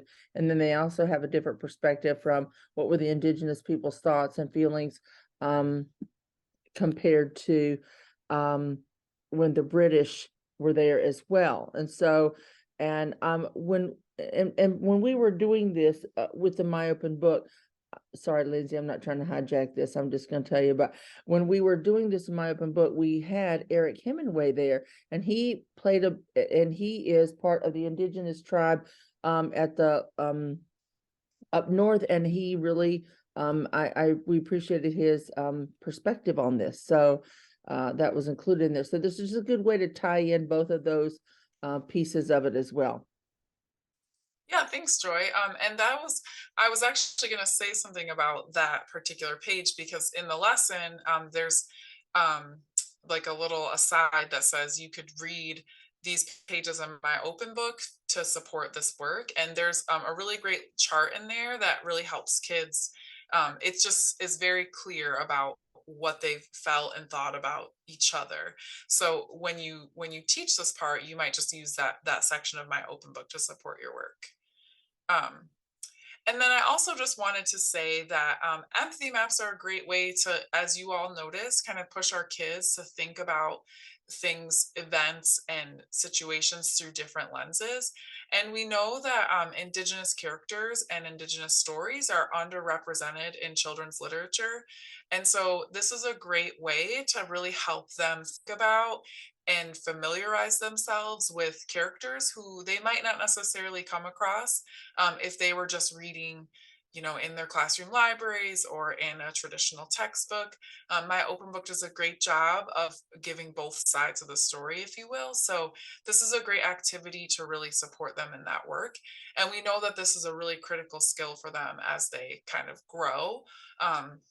And really start, when they get into secondary and they're looking at history and different events, that taking different people's perspective is a really important skill for kids to have. So just a couple tips around empathy maps. You could use this over time. So you might start at the beginning and just do an empathy map whole group. And then over time, you could transition it to a small group activity. Another idea is you could use an empathy map at the beginning of the unit as kind of like a KWL type chart, where you're having kids ask questions about these different people or different historical figures. And then across the unit, you can kind of revise your thinking as you learn more and kind of add in new ideas on the empathy map. So it's almost like a cumulative document. And then you might even build kind of like a repertoire. So maybe in the beginning of the year, you start with just looking at what Michiganders think and feel about living in Michigan. And then maybe you look at how Indigenous people felt living in Michigan many years ago and how they feel now. So you could almost use this activity to just create a whole toolkit of empathy maps across the units. So just some tips for how you might use that. And again, it comes up in 4th grade. So if you just want to dip your toes in 3rd grade and leave it for 4th grade, that's also fine too. Any questions about the empathy map activity? I think that's great, Lindsay, because I feel like you can use it in so many different pieces, and just in literature in general, in the ELA section where you can have different people. We are getting ready to do a partner book club with mysteries, and I think it's a great opportunity just to even say, hey, one person take one role and one person take another role and look at it from a different perspective. So I think I appreciate that, and I think we can use it in several other areas in 3rd grade. Yeah, thanks for bringing that up, Joy. All right, we're going to turn it over to Joy. Joy's going to share a couple new literacy resources that she wants to highlight for this unit. So Joy, you can go ahead and get.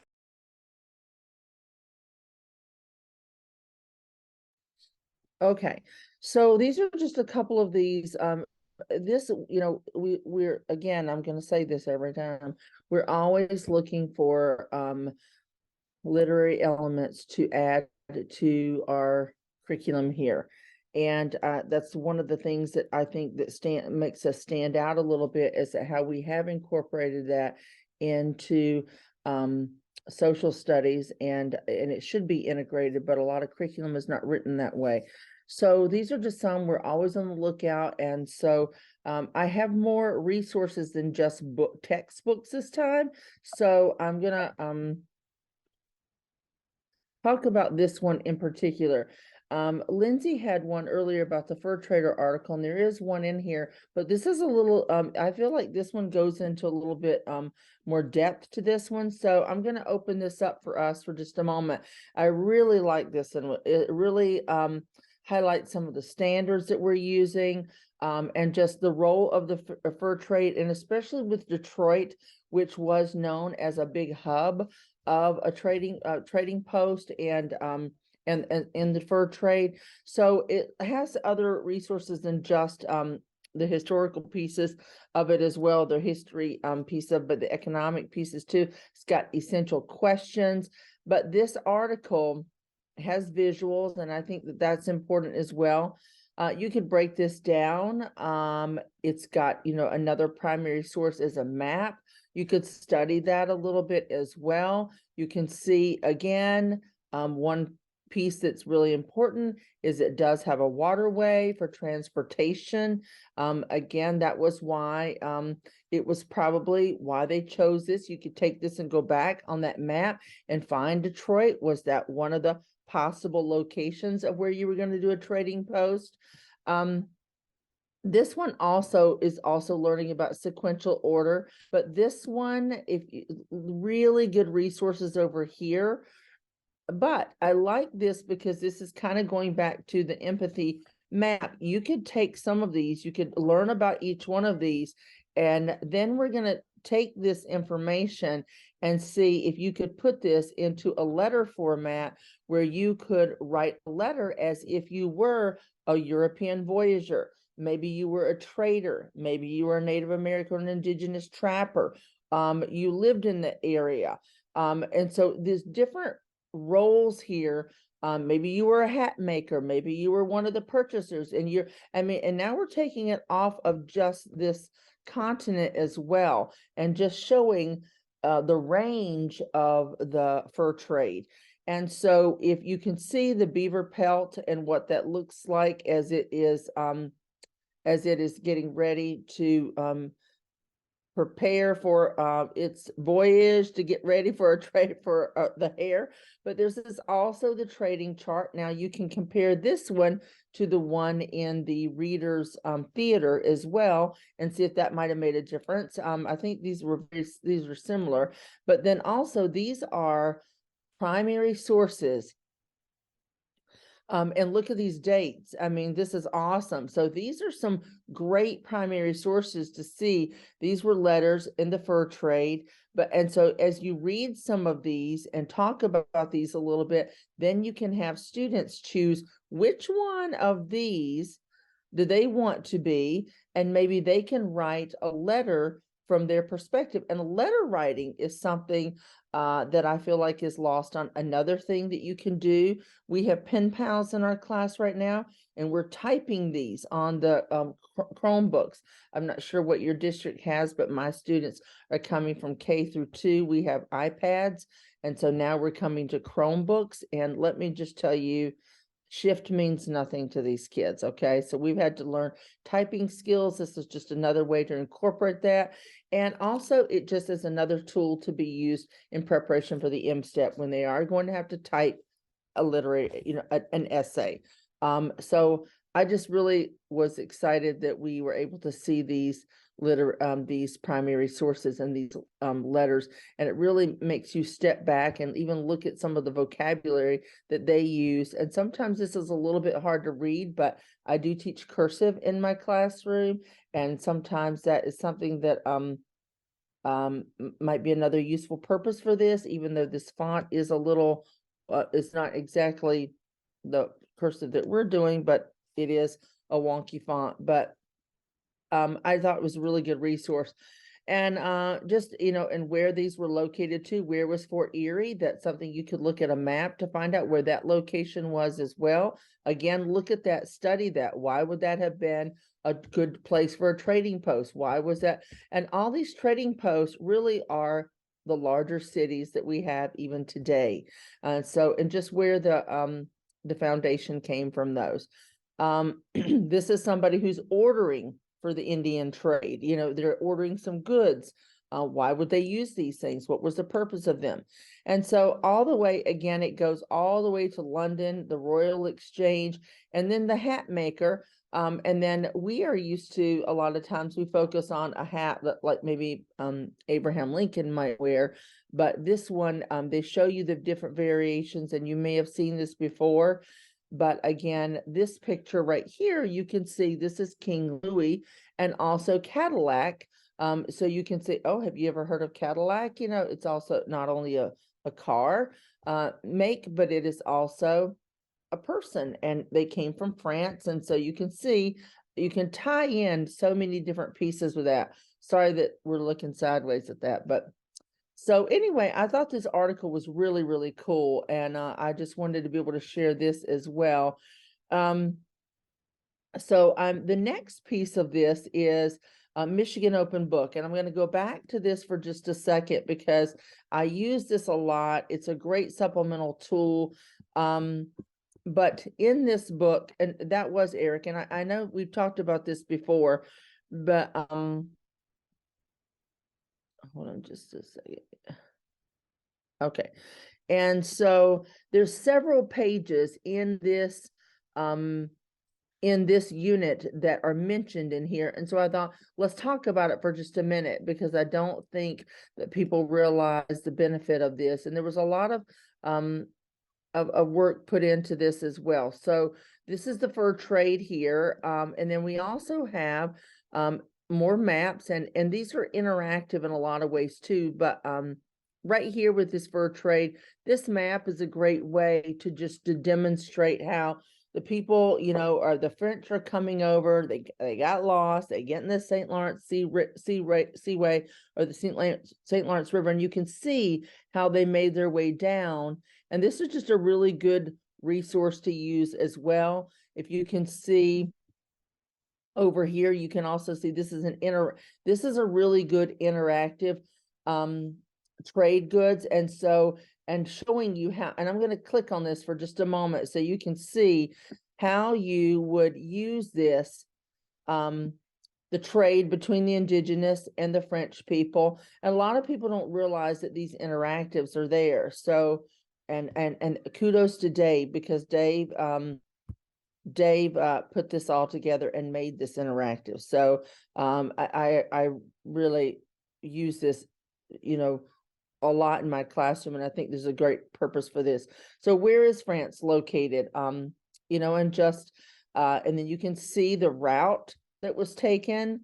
You can see the beaver, and look at the beaver of the many fur-bearing animals, and start looking at maybe patterns of where you see more of these, and why was the beaver so important? And there goes the hat that, you know, pulls this all in. You've seen this picture as well, the different types of hats, maybe from other pictures. Where have you seen some of these hats? Pull in some of those things as well. Beavers were not plentiful in France, but they were in our Great Lakes region, and the indigenous people have been hunting for hundreds of years.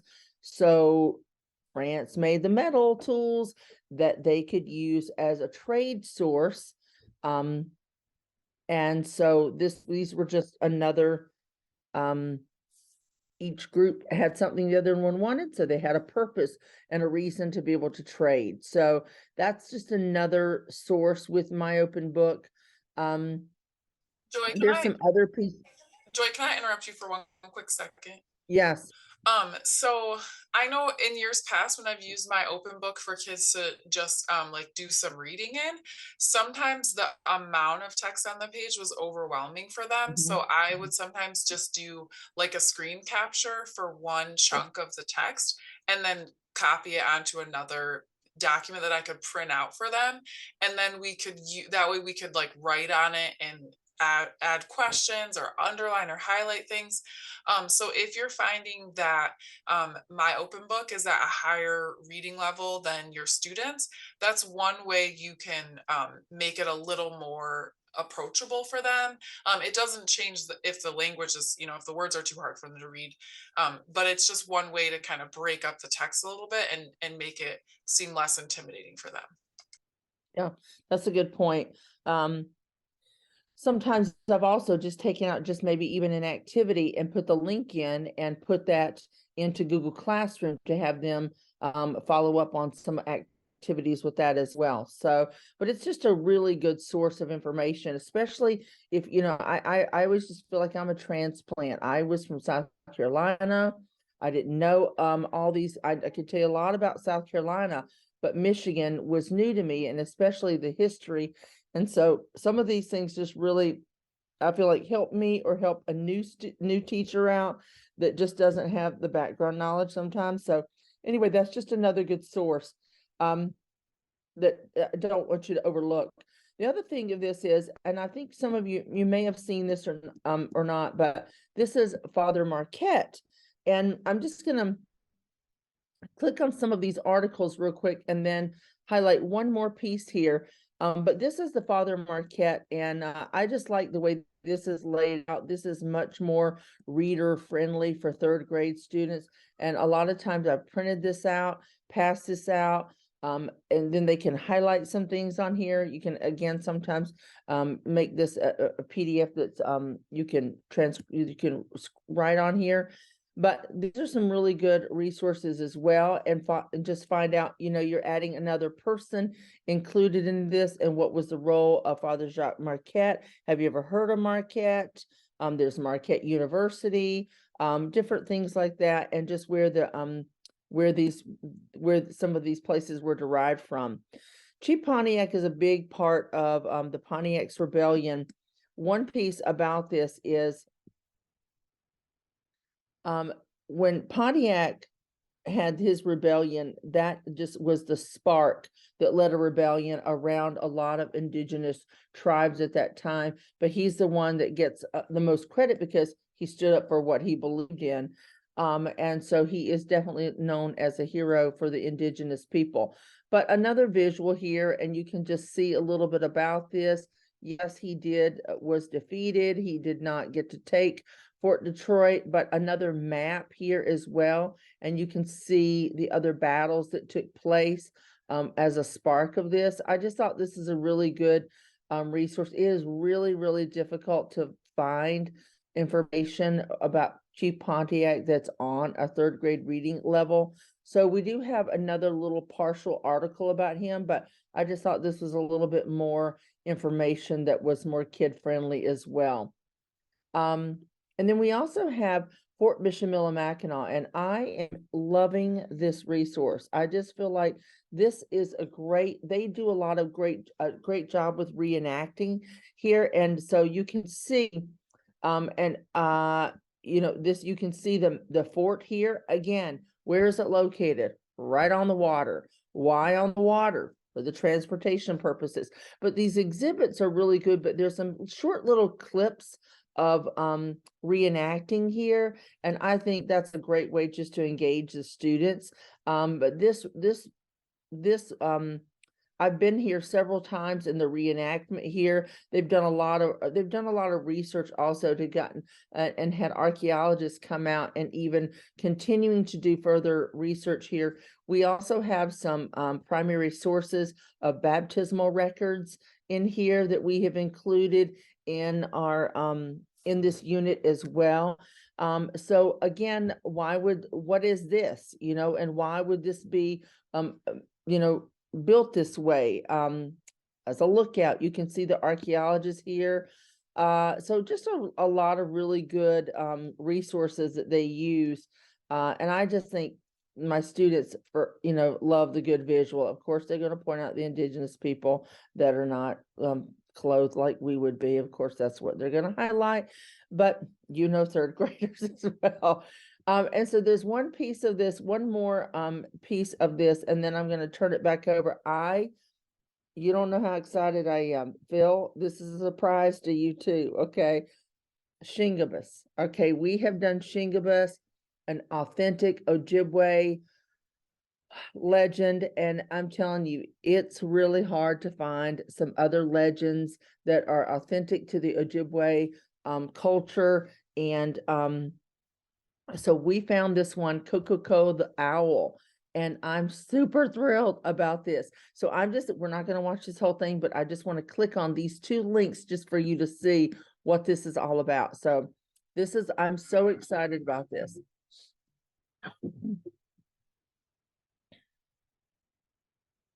I love that when we get the Wheel of Death. That's what I call this thing. This lady went to a powwow, and she also into a conference, and you will see her on videos of other things as well. But I love that this is coming from the indigenous community. So we don't, and they're promoting this, and I'm gonna Hi, everybody. My name is Andrea Williams, and today I'm doing another story for you.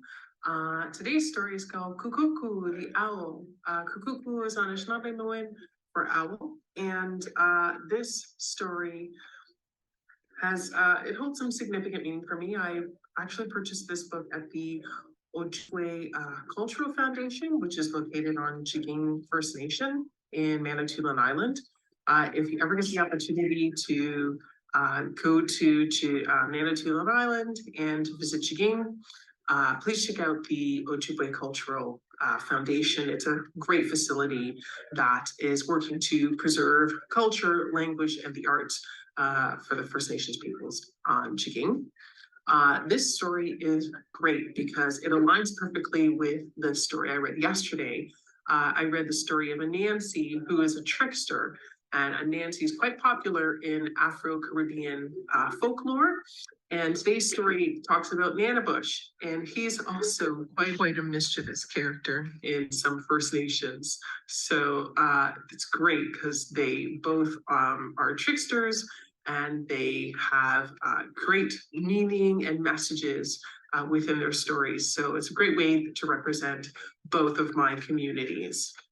So let's begin. This is an Ojibwe Odawa legend, and the story was brought forward by Howard Corbett. It was edited by Mary Lou Fox, and the illustrations are by Martin Pandick.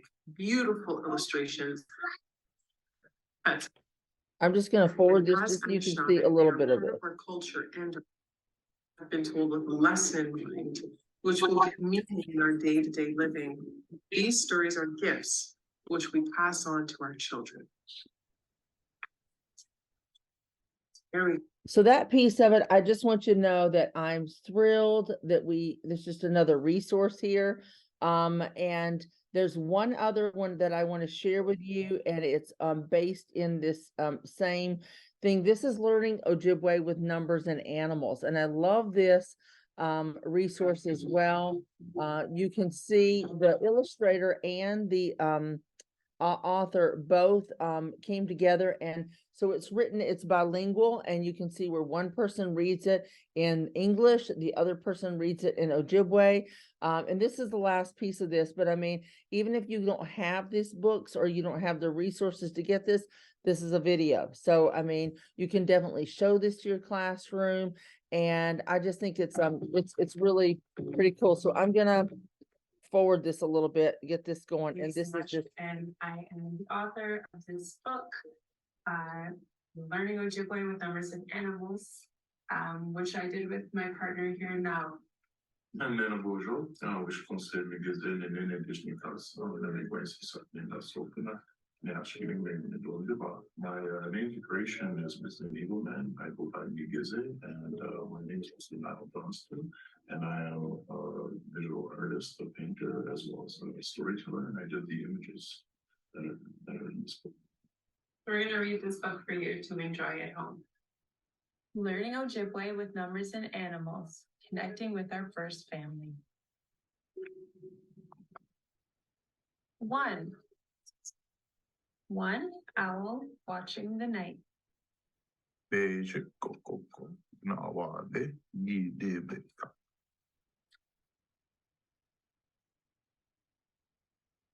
2. Two eagles high up in flight. Nish Migizewak Ishpi Baba Ma Shivak.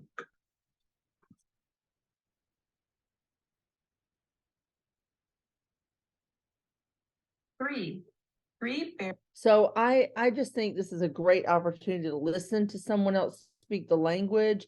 I phonetically would slaughter that probably. So I love that. It is a beautiful language, and also each picture is just meaningful to the indigenous tribe. And so I thought these were really good resources, and I was excited about this. So anyway, Lindsay, I'm going to stop sharing and turn this back over to you, but also just know we're always on the lookout for more resources, and we're going to continue to add. I'm always ordering books to see if this to vet these with Phil's help, and to see if this is something that we can use in these units as well. So all right, Thanks, Joy. Lindsay, I'm turning it back to you. All right, so we're going to take a second to talk a little bit about how you might really bump up your kids' social studies skills during these read aloud lessons. Okay, so last summer I did some research for my master's project around building background knowledge in social studies and science, and really looking at how experts in different disciplines use literacy to grow their own knowledge about their disciplines. So we're just going to talk a little bit about wild rice. So this is kind of a new text set that I recently put together, and it might seem a little bit disjointed, but I did add it to Unit 3, Lesson 1. So this text set is all around a really important resource to the Anishinaabe people. In one of the videos I'll show you in just a moment, there's an Ojibwe woman who talks about, or I'm sorry, she's Odawa, I think, and she talks about the importance of wild rice in the Anishinaabe migration story, and how this was a food resource that has a creation story because it was so significant to their cultures in Michigan's early history. And today, wild rice is also a really important product for the indigenous groups that live in Michigan, Wisconsin, and Minnesota. And they're really working on conserving wild rice, not only for its economic importance, but also for its cultural significance. So I put together this really brief text set around wild rice, so you have a way to practice some skills with your students. So the first resource we're going to look at is this set of read aloud prompts. So if you go to the third grade literature list, which is in that original third grade folder we looked at earlier, and you scroll to the bottom, I added some prompts that are really disciplinary literacy focused. So these are literacy skills that are specific to the social studies discipline. We often will have kids practice the skills we teach them in ELA in social studies or science, but these are specific skills that we want to make sure that we encourage as our kids are learning social studies across the grade levels. So you can see there's just a few prompts that you might use in your read aloud lessons to encourage these three important skills. And those are corroboration, which is synthesizing information across text to confirm or kind of compare. Sourcing, which we talked a lot about when we looked at Phil's historical maps, really thinking about who is the author and what biases do they bring to this resource or this material. And then what we spend a lot of time doing throughout Unit 2 and 3 is contextualization, where we're helping kids really consider the historical, geographical, economical context surrounding an event or a group of people or certain perspectives. So these are just some questions that you can include in your read aloud lessons, and these could go with many of the literacy resources that Joy presented. And again, this is just at the bottom of this third grade literature list, which is in the main Giants folder. And then another resource I want to point out to you, which is new, and I only recently added this, is this text set around wild rice. So I just put together a variety of texts that we could use to support this topic in our classrooms. So 13 Moons on Turtle's Back is a book of creation stories, and I believe it came up in Unit 2. This is an article from Michigan History for Kids around wild rice, and this has an audio component, and then there's some videos that go along with it. And then I also found this really cool video about wild rice that's almost interview based from the Michigan Wild Rice Initiative. We Are Water Protectors is a really great book that isn't directly connected to wild rice, but it kind of goes along with the conservation idea that some of these later resources present. And then the Minnesota Ojibwe Harvest, Sacred Climate Imperiled Wild Rice is an article on News ELA if you happen to use that source. So you might use this text set if you are thinking about, maybe if you have some extra time or you really want to kind of dive deeper into looking at this topic, you could use this text set as kind of a supplement. Especially I'm thinking about Shannon, who might run out of material at some point. This would be a great text set to kind of look into and do some inquiry around. And then I also included some information for you if you wanted to curate your own text set. When I went through and put this text set together, I was thinking about first a topic, and I thought about something I wanted students to learn. And for me, it was really important to think about a topic that was grounded in Indigenous culture and that would kind of span different historical time periods. So we could use it to connect to the past in Unit 3 and then the present, which we'll kind of look at in Unit 4. So that's kind of where I came up with this particular topic. And then your next step is really to gather some resources. And this is really fun because you can really look at lots of different genres of text.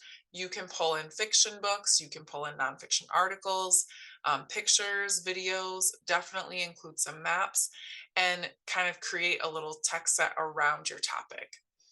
And then research suggests that if we present to kids kind of the easiest text first, this will help them grow some background knowledge around the topic. And then as we dive into the text set, they will kind of have some expectations or be able to make some predictions based on the background knowledge that you establish at the very beginning. As you progress through the text set, you're really working on building knowledge of the topic and really going in deeper. So the further you get through the text set, that's where the more complex comprehension questions and comprehension work will come in. And I really sequenced mine so that towards the end of it, I was thinking about setting students up for almost an opinion piece of writing or kind of a debate. So I included the resources where they might take a stand or defend a certain position near the end of my text set so that they would have the opportunity to kind of grow some learning and then be able to defend a particular position. So that's one option that you might consider as you're kind of wrestling with trying to incorporate social studies when your time is limited, or trying to really beef up the ELA connections within your social studies work. Does anyone have any questions or noticings or wonderings around that text set?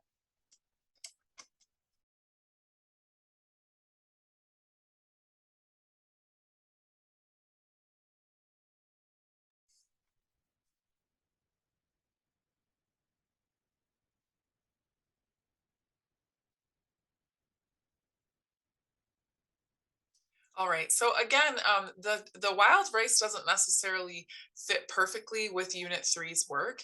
I kind of squeezed it in there because they did trade wild rice. When we're talking about this trading, the period of French fur trading, that was a product that they would have traded. So I thought it could be kind of a segue into looking at wild rice. And then wild rice could be something that you look into later in Unit 4 when you're really thinking about economic activity. All right, if there are no questions about the text set, we will go ahead and talk a little bit about Unit 3 assessments. All right. So it sounds like many of you are really cruising through Unit 3. So I just wanted to take a few minutes to talk a little bit about the assessment document. This assessment document is linked on each lesson, and then it's also linked on the kind of main page, the main unit overview page, and you can find it in the Unit 3 folder as well. So the assessment is broken up into lessons. So you could give this assessment after lesson 1 if you wanted to, or you could save the whole assessment and kind of give it to students at the very end of your unit. This assessment does include a lot of writing. So if you're feeling like your students might not be up to that writing challenge just yet, you might choose to just do a couple pieces or parts, because there is a lot of writing sprinkled throughout Unit 3. So we wanted to include that in the assessment as well. You are also welcome to kind of use pieces and parts as you're working through the lessons. And then when you get to the end, you could kind of give it to them again if you wanted to do almost like a pre and post. But we'll just take a moment to just look through the assessment document, and I will drop the link for it in the chat, but we'll just take a second to look through it, and then you can have the opportunity to ask any questions. I know people tend to use the assessments differently. So let's just take a few minutes to look through that, and then we'll ask some questions and share out.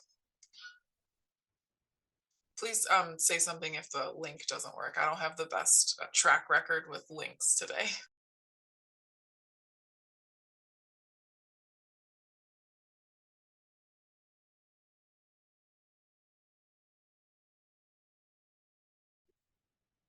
I have, but I can't thumbs up because I'm driving.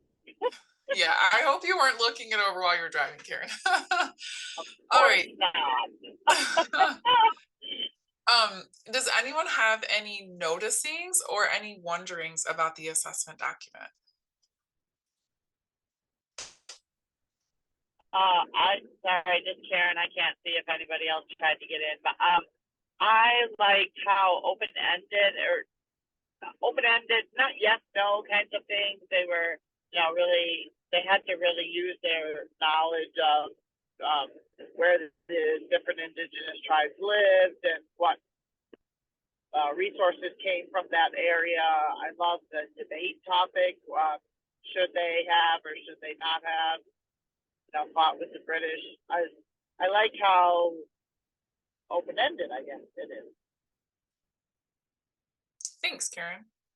Yeah, there's lots of opportunities in there for them to really practice drawing on evidence to support their thinking, and for them to really bring forward all of the things you've been working hard for them to teach them, to kind of build up their knowledge and skills. Anybody else?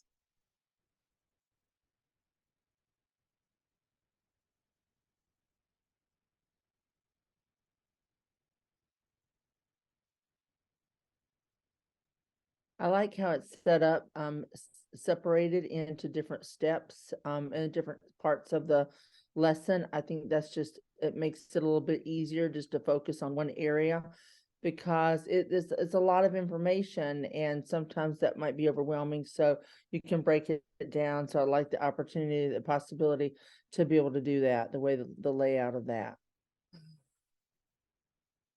Thanks, Joy.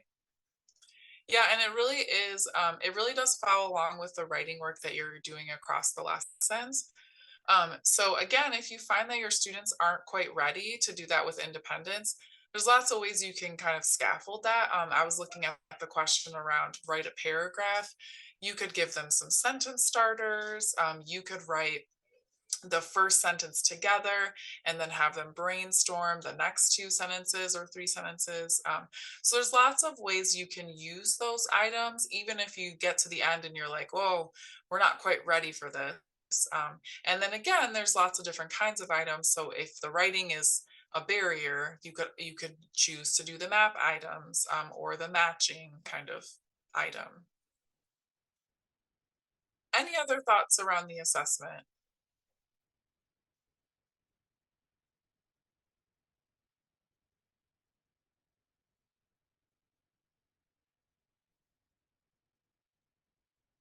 All right. So we kind of built in a little bit of extra time for the collaborative parts today, but since we had kind of a smaller group, we didn't take as much time for those. So we've got a few minutes if anyone has any big pressing questions about Unit 3 or upcoming Unit 4. We can certainly stay on and answer those, but otherwise that is all we have for you in regards to Unit 3. Joy or Phil, I don't know if there's anything else you'd like to add.